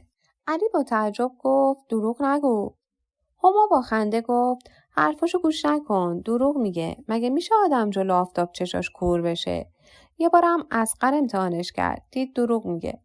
عباس راست میگفت. او به قدری رنگ چشمایش خاکستری بود که به بیرنگی میزد. وقتی در مقابل آفتاب قرار میگرفت، چنان چشمهایش را برهم میگذاشت که اصلا نمیتوانست جلوی خود را ببیند. برعکس چشمهای اصغر آبی، موهایش بور و صورتی زیبا داشت. با وجودی که 2 سال از عباس بزرگتر بود، اما عباس نسبت به او برخورد پخته‌تری به مسائل داشت. همسر حسین زاغی از علی پرسید از کجا فهمیدی ما شاگرد میخوایم؟ وقتی تو قهوه خونه کار میکردم برای کلبحسین چای آوردم. اون موقع با اصغر و عباس آشنا شدم. کلبحسین همیشه به من میگفت اگه میخوای کار کنی بیا پیش من. منم اومدم اینجا. اصغر و عباس بچهای خوبی هن. خب اگه خوب نبودن نمی اومدم اینجا. پس از اینجا راضی هستی؟ خب تازه شروع کردم. کلبحسین که خوبه، کارشم که خوبه. عباس و اصغرم که خوبن. حالا نمیدونم چی پیش میاد. باید مواظب عباس باشی. بچه‌ها اونو خیلی اذیت میکنن. موهاش خیلی بوره. اونو مسخره میکنن. علی: آره عباس، راست میگه؟ عباس: نه بابا، اون میترسه. فکر میکنه من نمیتونم از پس خودم بر بیام. علی: اینجا اگه کسی اذیتت کرد حتما بگو تا دخلشو بیارم. خدا عمرت بده علی، به اصغرم کمک کن. نذار کسی بهش زور بگه. دعوا نکنی یا من از بزن خوشم نمیاد. نه، نمیذارم.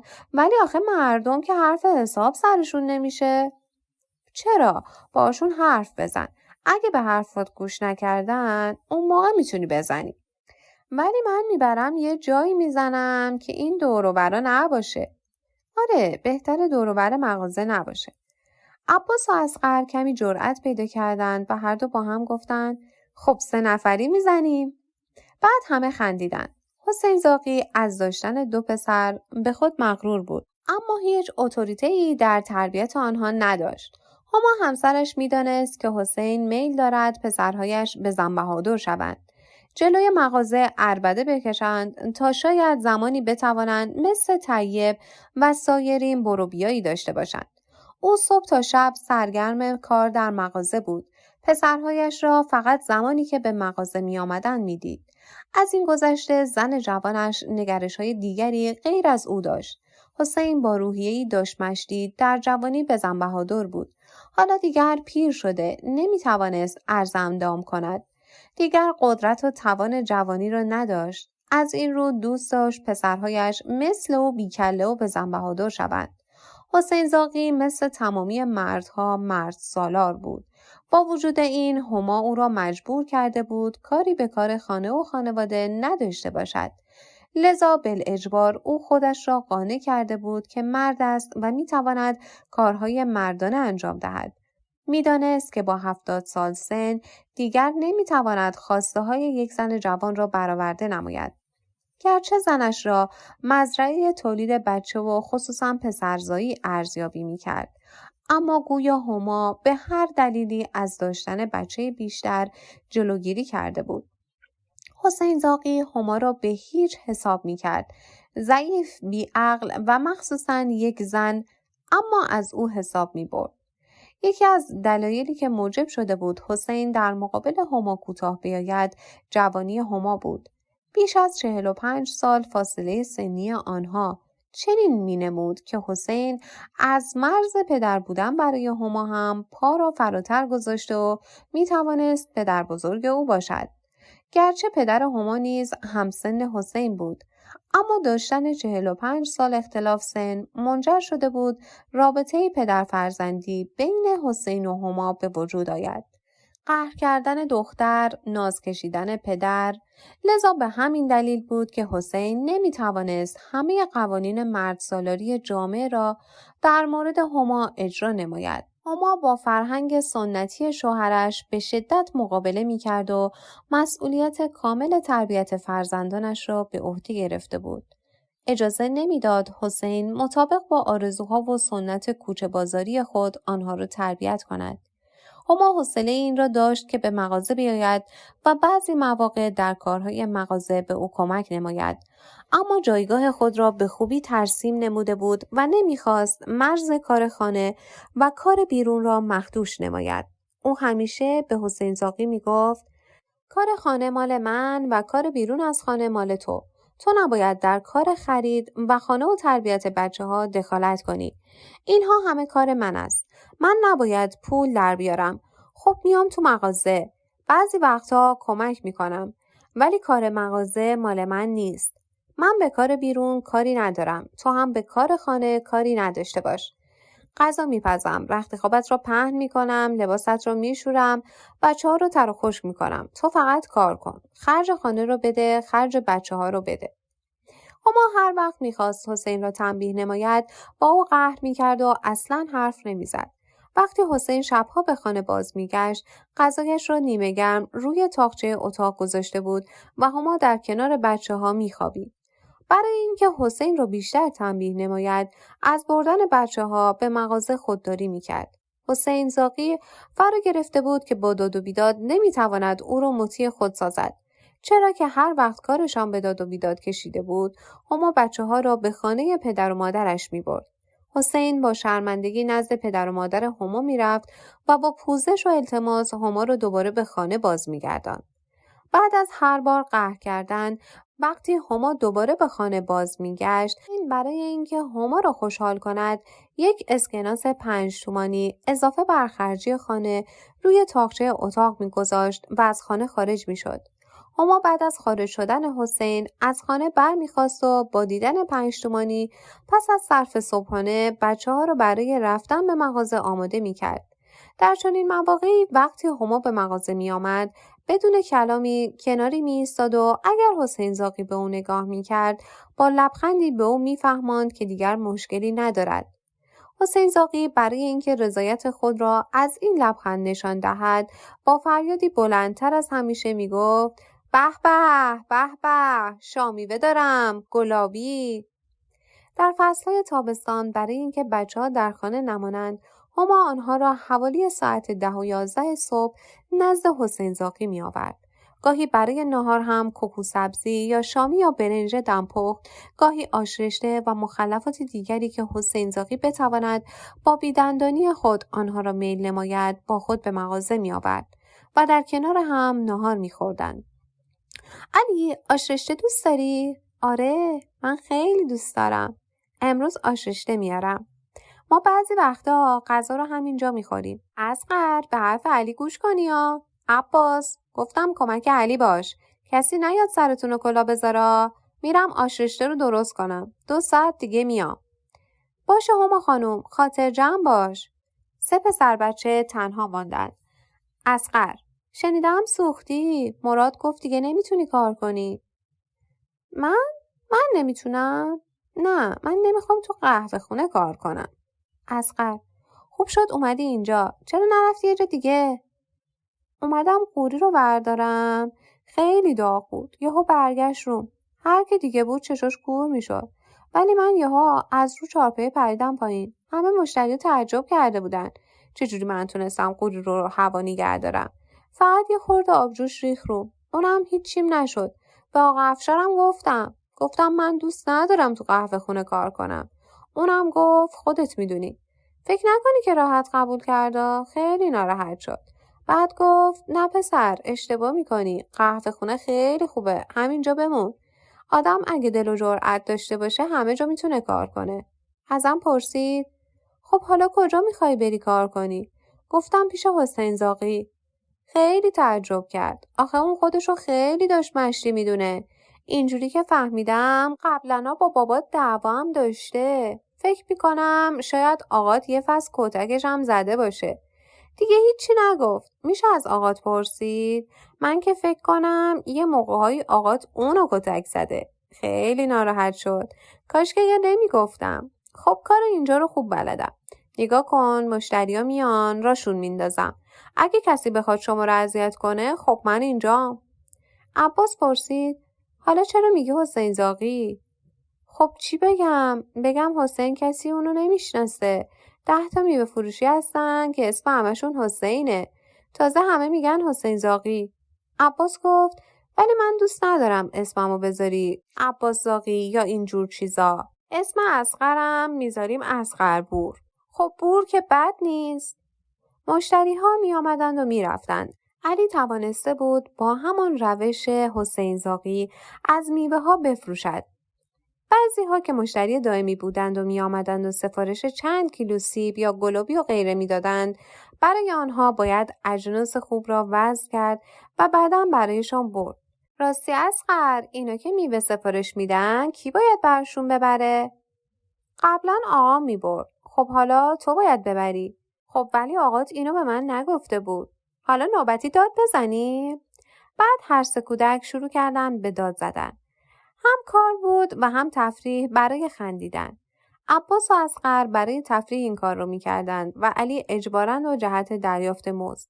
حدود ساعت 2 هما با آش رشته و نان لواش ماستی که خودش درست کرده بود به مغازه آمد و هر یک از پسرهای خود و علی کاسه آش داد. همه با اشتها مشغول خوردن بودند.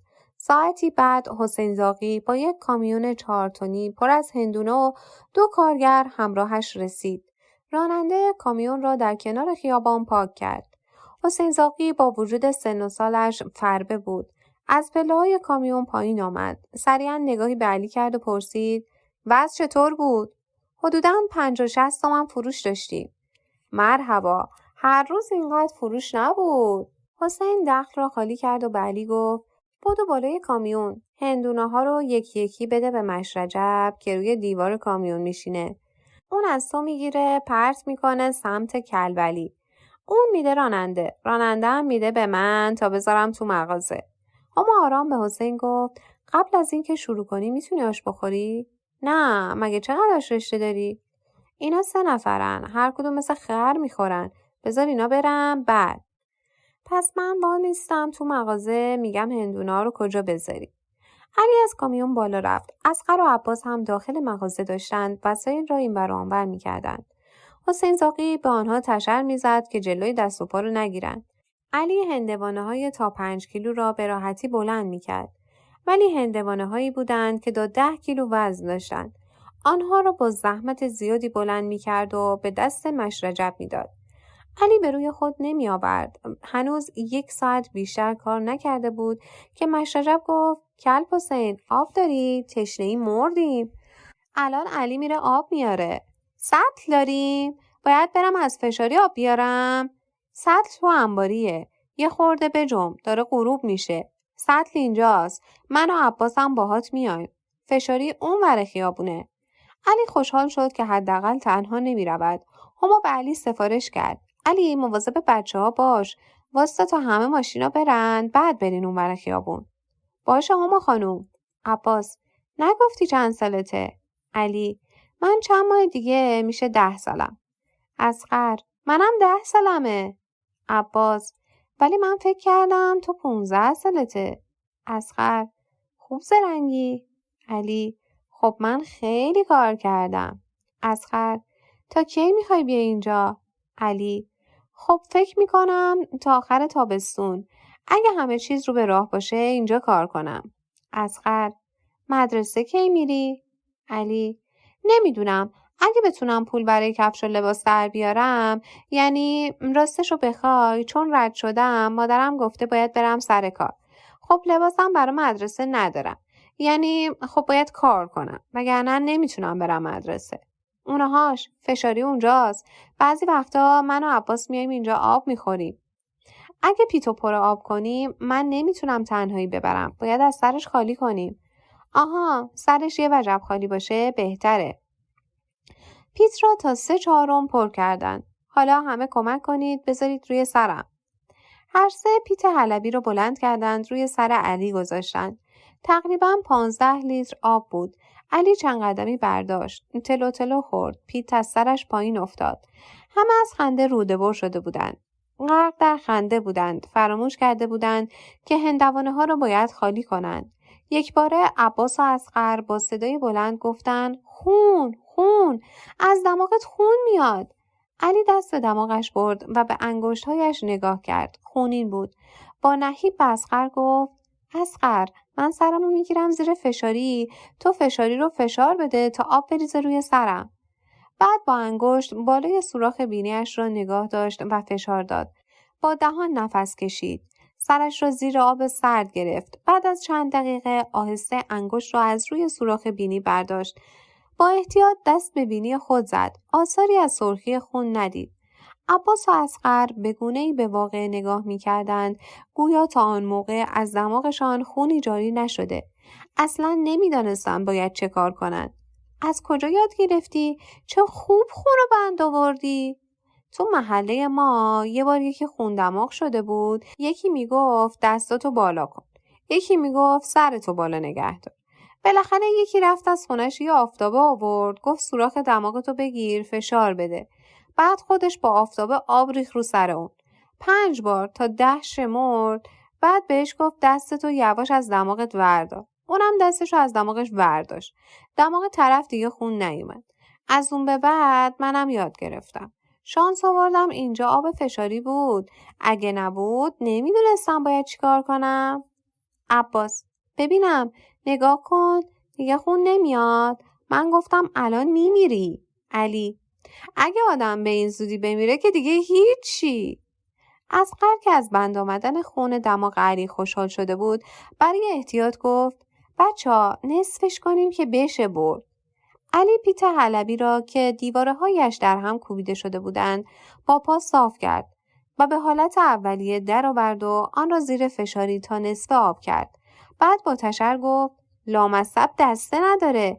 اگه دسته داشت که من خودم میتونستم ببرم. علی یاد گرفت که بار سنگین روی سرش ممکن است دوباره منجر به خونریزی بینی‌اش شود. بعد گفت یه نفر یه همچین باری گذاشته بود رو سرش، خونریزی کرد و مرد. کسی چیزی نگفت ولی گویا فکر کردند که باید به علی کمک کنند تا آب را ببرند. من آبو میگیرم تو بغلم. هر کجا خسته شدم کمکم کنید تا آب از بغلم لیز نخوره. پیت آب در میان دستانش جایی نمی گرفت و به علت سنگینی در بین راه در حال افتادن بود. علی با عصبانیت رو به اصغر کرد و گفت خواهر جنده سر پیتو نگه دار. اصغر که از فحش علی خیلی ناراحت شده بود کمک کرد تا پیت را روی زمین گذاشتند. بعد به علی گفت چرا فحش خواهر مادر میدی؟ علی با لبخند گفت داشت میافتاد. اگه نگرفته بودی افتاده بود. 2 برادر که خیلی ناراحت بودند گفتند به آقا میگیم که تو فحش خواهر دادی. اون خودش همش داره فحش میده.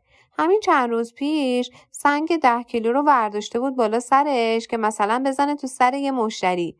به اون میگفت زن تو میگم. خب منم یاد گرفتم. تازه من شوخی کردم. هر سه آرام شده و با هم کمک کردند تا علی دوباره بتواند پیت را در بغل نگاه دارد. در بین راه چند بار این عمل را تکرار کردند. اصغر با ناراحتی گفت خب نمیتونی پیتو تو بغلت نگه داری. زورش رو نداری. خب اگه تو بهتر میتونی بیا اینو بگیر تو بغلت. یه قدم راه برو. عباس تو اون ورشو بگیر من این ورشو. همینجوری که علی داره راه میره بهش کمک کنی. نه این کارو نکنید بدتر میشه. نمیتونم راه برم. فقط هر وقت گفتم کمکم کنید بذارم رو زمین. به مغازه رسیدن. هر 3 نفر خیس بودند. علی تمامی قدرت خود را صرف حمل آب کرده بود و دیگر قادر به حمل نبود. حسین زاغی با سرعت آمد و پیت را از دست علی گرفت و گفت به این میگن شیر بچه‌ها. اصغر و عباس هر دو با اعتراض گفتند اگه ما نبودیم که آبو نمیتونستا اینجا بیاره. علی نگاهی به هر دو کرد و گفت آره کمک کردید ولی دماغ کی خون اومد؟ دیگر بحثی نشد. حسین با پیاله مشکاتی از آب برداشت. ابتدا خودش نوشید و یکی یکی به همه داد. علی انگار که از یک شکنجه عظیم چندین ساله نجات یافته است، دوست داشت بنشیند و خستگی در کند. هنوز مزه آب را نچشیده بود. حسین زاغی گفت یالا داره وقت میگذره. همه با چهره‌های برافروخته و معترض در محلهای خود مستقر شدند. هرچه حسین زاغی تندتر کار میکرد، زنجیروار دیگران هم تندتر کار میکردند. دستها و کمرها میچرخید تا 4 تن هندوانه از کامیون خالی شد. علی صدها بار تعداد دفعاتی را که دولا و راست میشد شمرد. راننده کامیون از بالا به کوپه هندوانه‌ها در داخل مغازه نگاه می‌کرد و گاه گداری به حسین میگفت اون هندونه رو در اونجا قرار بدی بهتره. بدین وسیله موقعیتی فراهم شد تا دیگران لحظه استراحت کنند. راننده دست از این کارش بر نمی داشت و به همین جهت بود که کار تخلیه هندوانه تا ساعت 6:30 به طول انجامید. بعد از اتمام کار حسین زاغی نفری 5 تومن به کارگرها داد و آنها رفتند. علی متلکی بار آنها کرد و گفت کلپ حسین اینا کاری نکردن، فقط هندونا رو پرت کردن، خیلی پول میگیرن. حسین زاغی قیافه مظلومانه به خود گرفت و گفت عیب نداره، اینا زن و بچه دارن. علی نمیدانست که آنها چندین ساعت قبل از اینکه با کامیون به مغازه برسند برای بارگیری هندوانه ها هم کار کرده بودند. وقتی کارگرها رفتند هما به حسین گفت آش ششه رو آوردم، سرد شده، ماست و نون لواشم هست، ظهرم که چیزی نخوردی، اول بشین یه کمی آش بخور بعد بلند شو، ما مشتری ها رو راه میندازیم. کیلو چند باید هندونه رو بفروشیم؟ کیلویی 1 قرون. نذار اونا رو بچلونن. بلدی که کدوم رسیده هست. اینا همش قرمزن. بگو به شرط چاقو. ولی اگه قرمز بود نخواست تقصیر خودشه. اگه سفید باشه خب کارش نمیشه کرد. ساعتی بعد هما عباس و اصغر هندوانه‌ای را در یک گونی گذاشته و با خود به خانه بردند. علی از فرط خستگی طاقت ایستادن نداشت. با خود اندیشید کاش دیگه هندونه نیاره. فکر نمی کنم این همه هندونه به این زودی فروخته بشه. ولی دفعه بعد باید خدا کنم که هندونه نیاره. اصغر و عباس هم یه کمی کمک میکنن. خب بیان اینجا بهتر از اینه که نیان. تو راه خیلی کمک کردن. بعضی وقتا زور میگن ولی میشه باهاشون کار کرد. هما چقدر مهربونه. چه آش خوشمزه‌ای بود. کیف کردم. خب وضعشون خوبه. مامان منم بلد آش بپزه. ولی خب سبزی و گوشت و این همه وسیله میخواد. اونم با اون آشپزخونه که 100 نفری میخوان ازش استفاده کنن.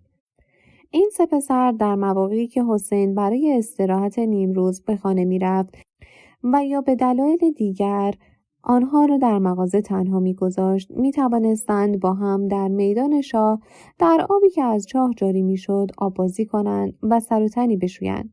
بعضی مواقع حسین زاغی بعد از ظهر خود را در مغازه میگذرانید و به علت کمی رفت آمد روی یک پیت حلبی می نشست. پاهای دراز و لاغرش را روی هم میانداخت و منتظر میماند تا مشتری از راه برسد. علی یاد گرفته بود در کنار او ایستاد و هر موقع کسی از جلوی مغازه رد میشد با صدای بلند میوه ها رو تبلیغ میکرد. در این مواقع حسین زاغی برای علی از جوانی و زندگی خود تعریف میکرد. او با اشتیاق میگفت و علی هم گوش میداد. یک روز از روزها علی از او سوال کرد چرا اسم پسراتو اصغر و عباس گذاشتی؟ چرا علی و عباس یا محمد و علی یا حسن و حسین یا تقی و نقی و اینجور چیزا نذاشتی؟ حسین لبخندی زد و کمی فکر کرد. بعد گفت این زنا عقلشون کمه. آخه بگو دختر میخوای چیکار کنی؟ لحن حرف زدن حسین طوری بود که علی بی اختیار فکر میکرد هما آنجا ایستاده و او دارد با هما حرف میزند. بعد خودش را جمع و جور کرد و مطمئن شد که حسین زاغی برای او تعریف میکند. حسین ادامه داد خیلی‌ها که اسمشون حسن هستش. اگه خدا باهاشون همراهی کنه و 2 پسر بیارن اسمشون رو میذارن اکبر و اصغر. خب میگن اینا خیلی خوشبخت میشن. ولی مال ما اینجوری نبود. عیال همیشه دختر دوست داشت.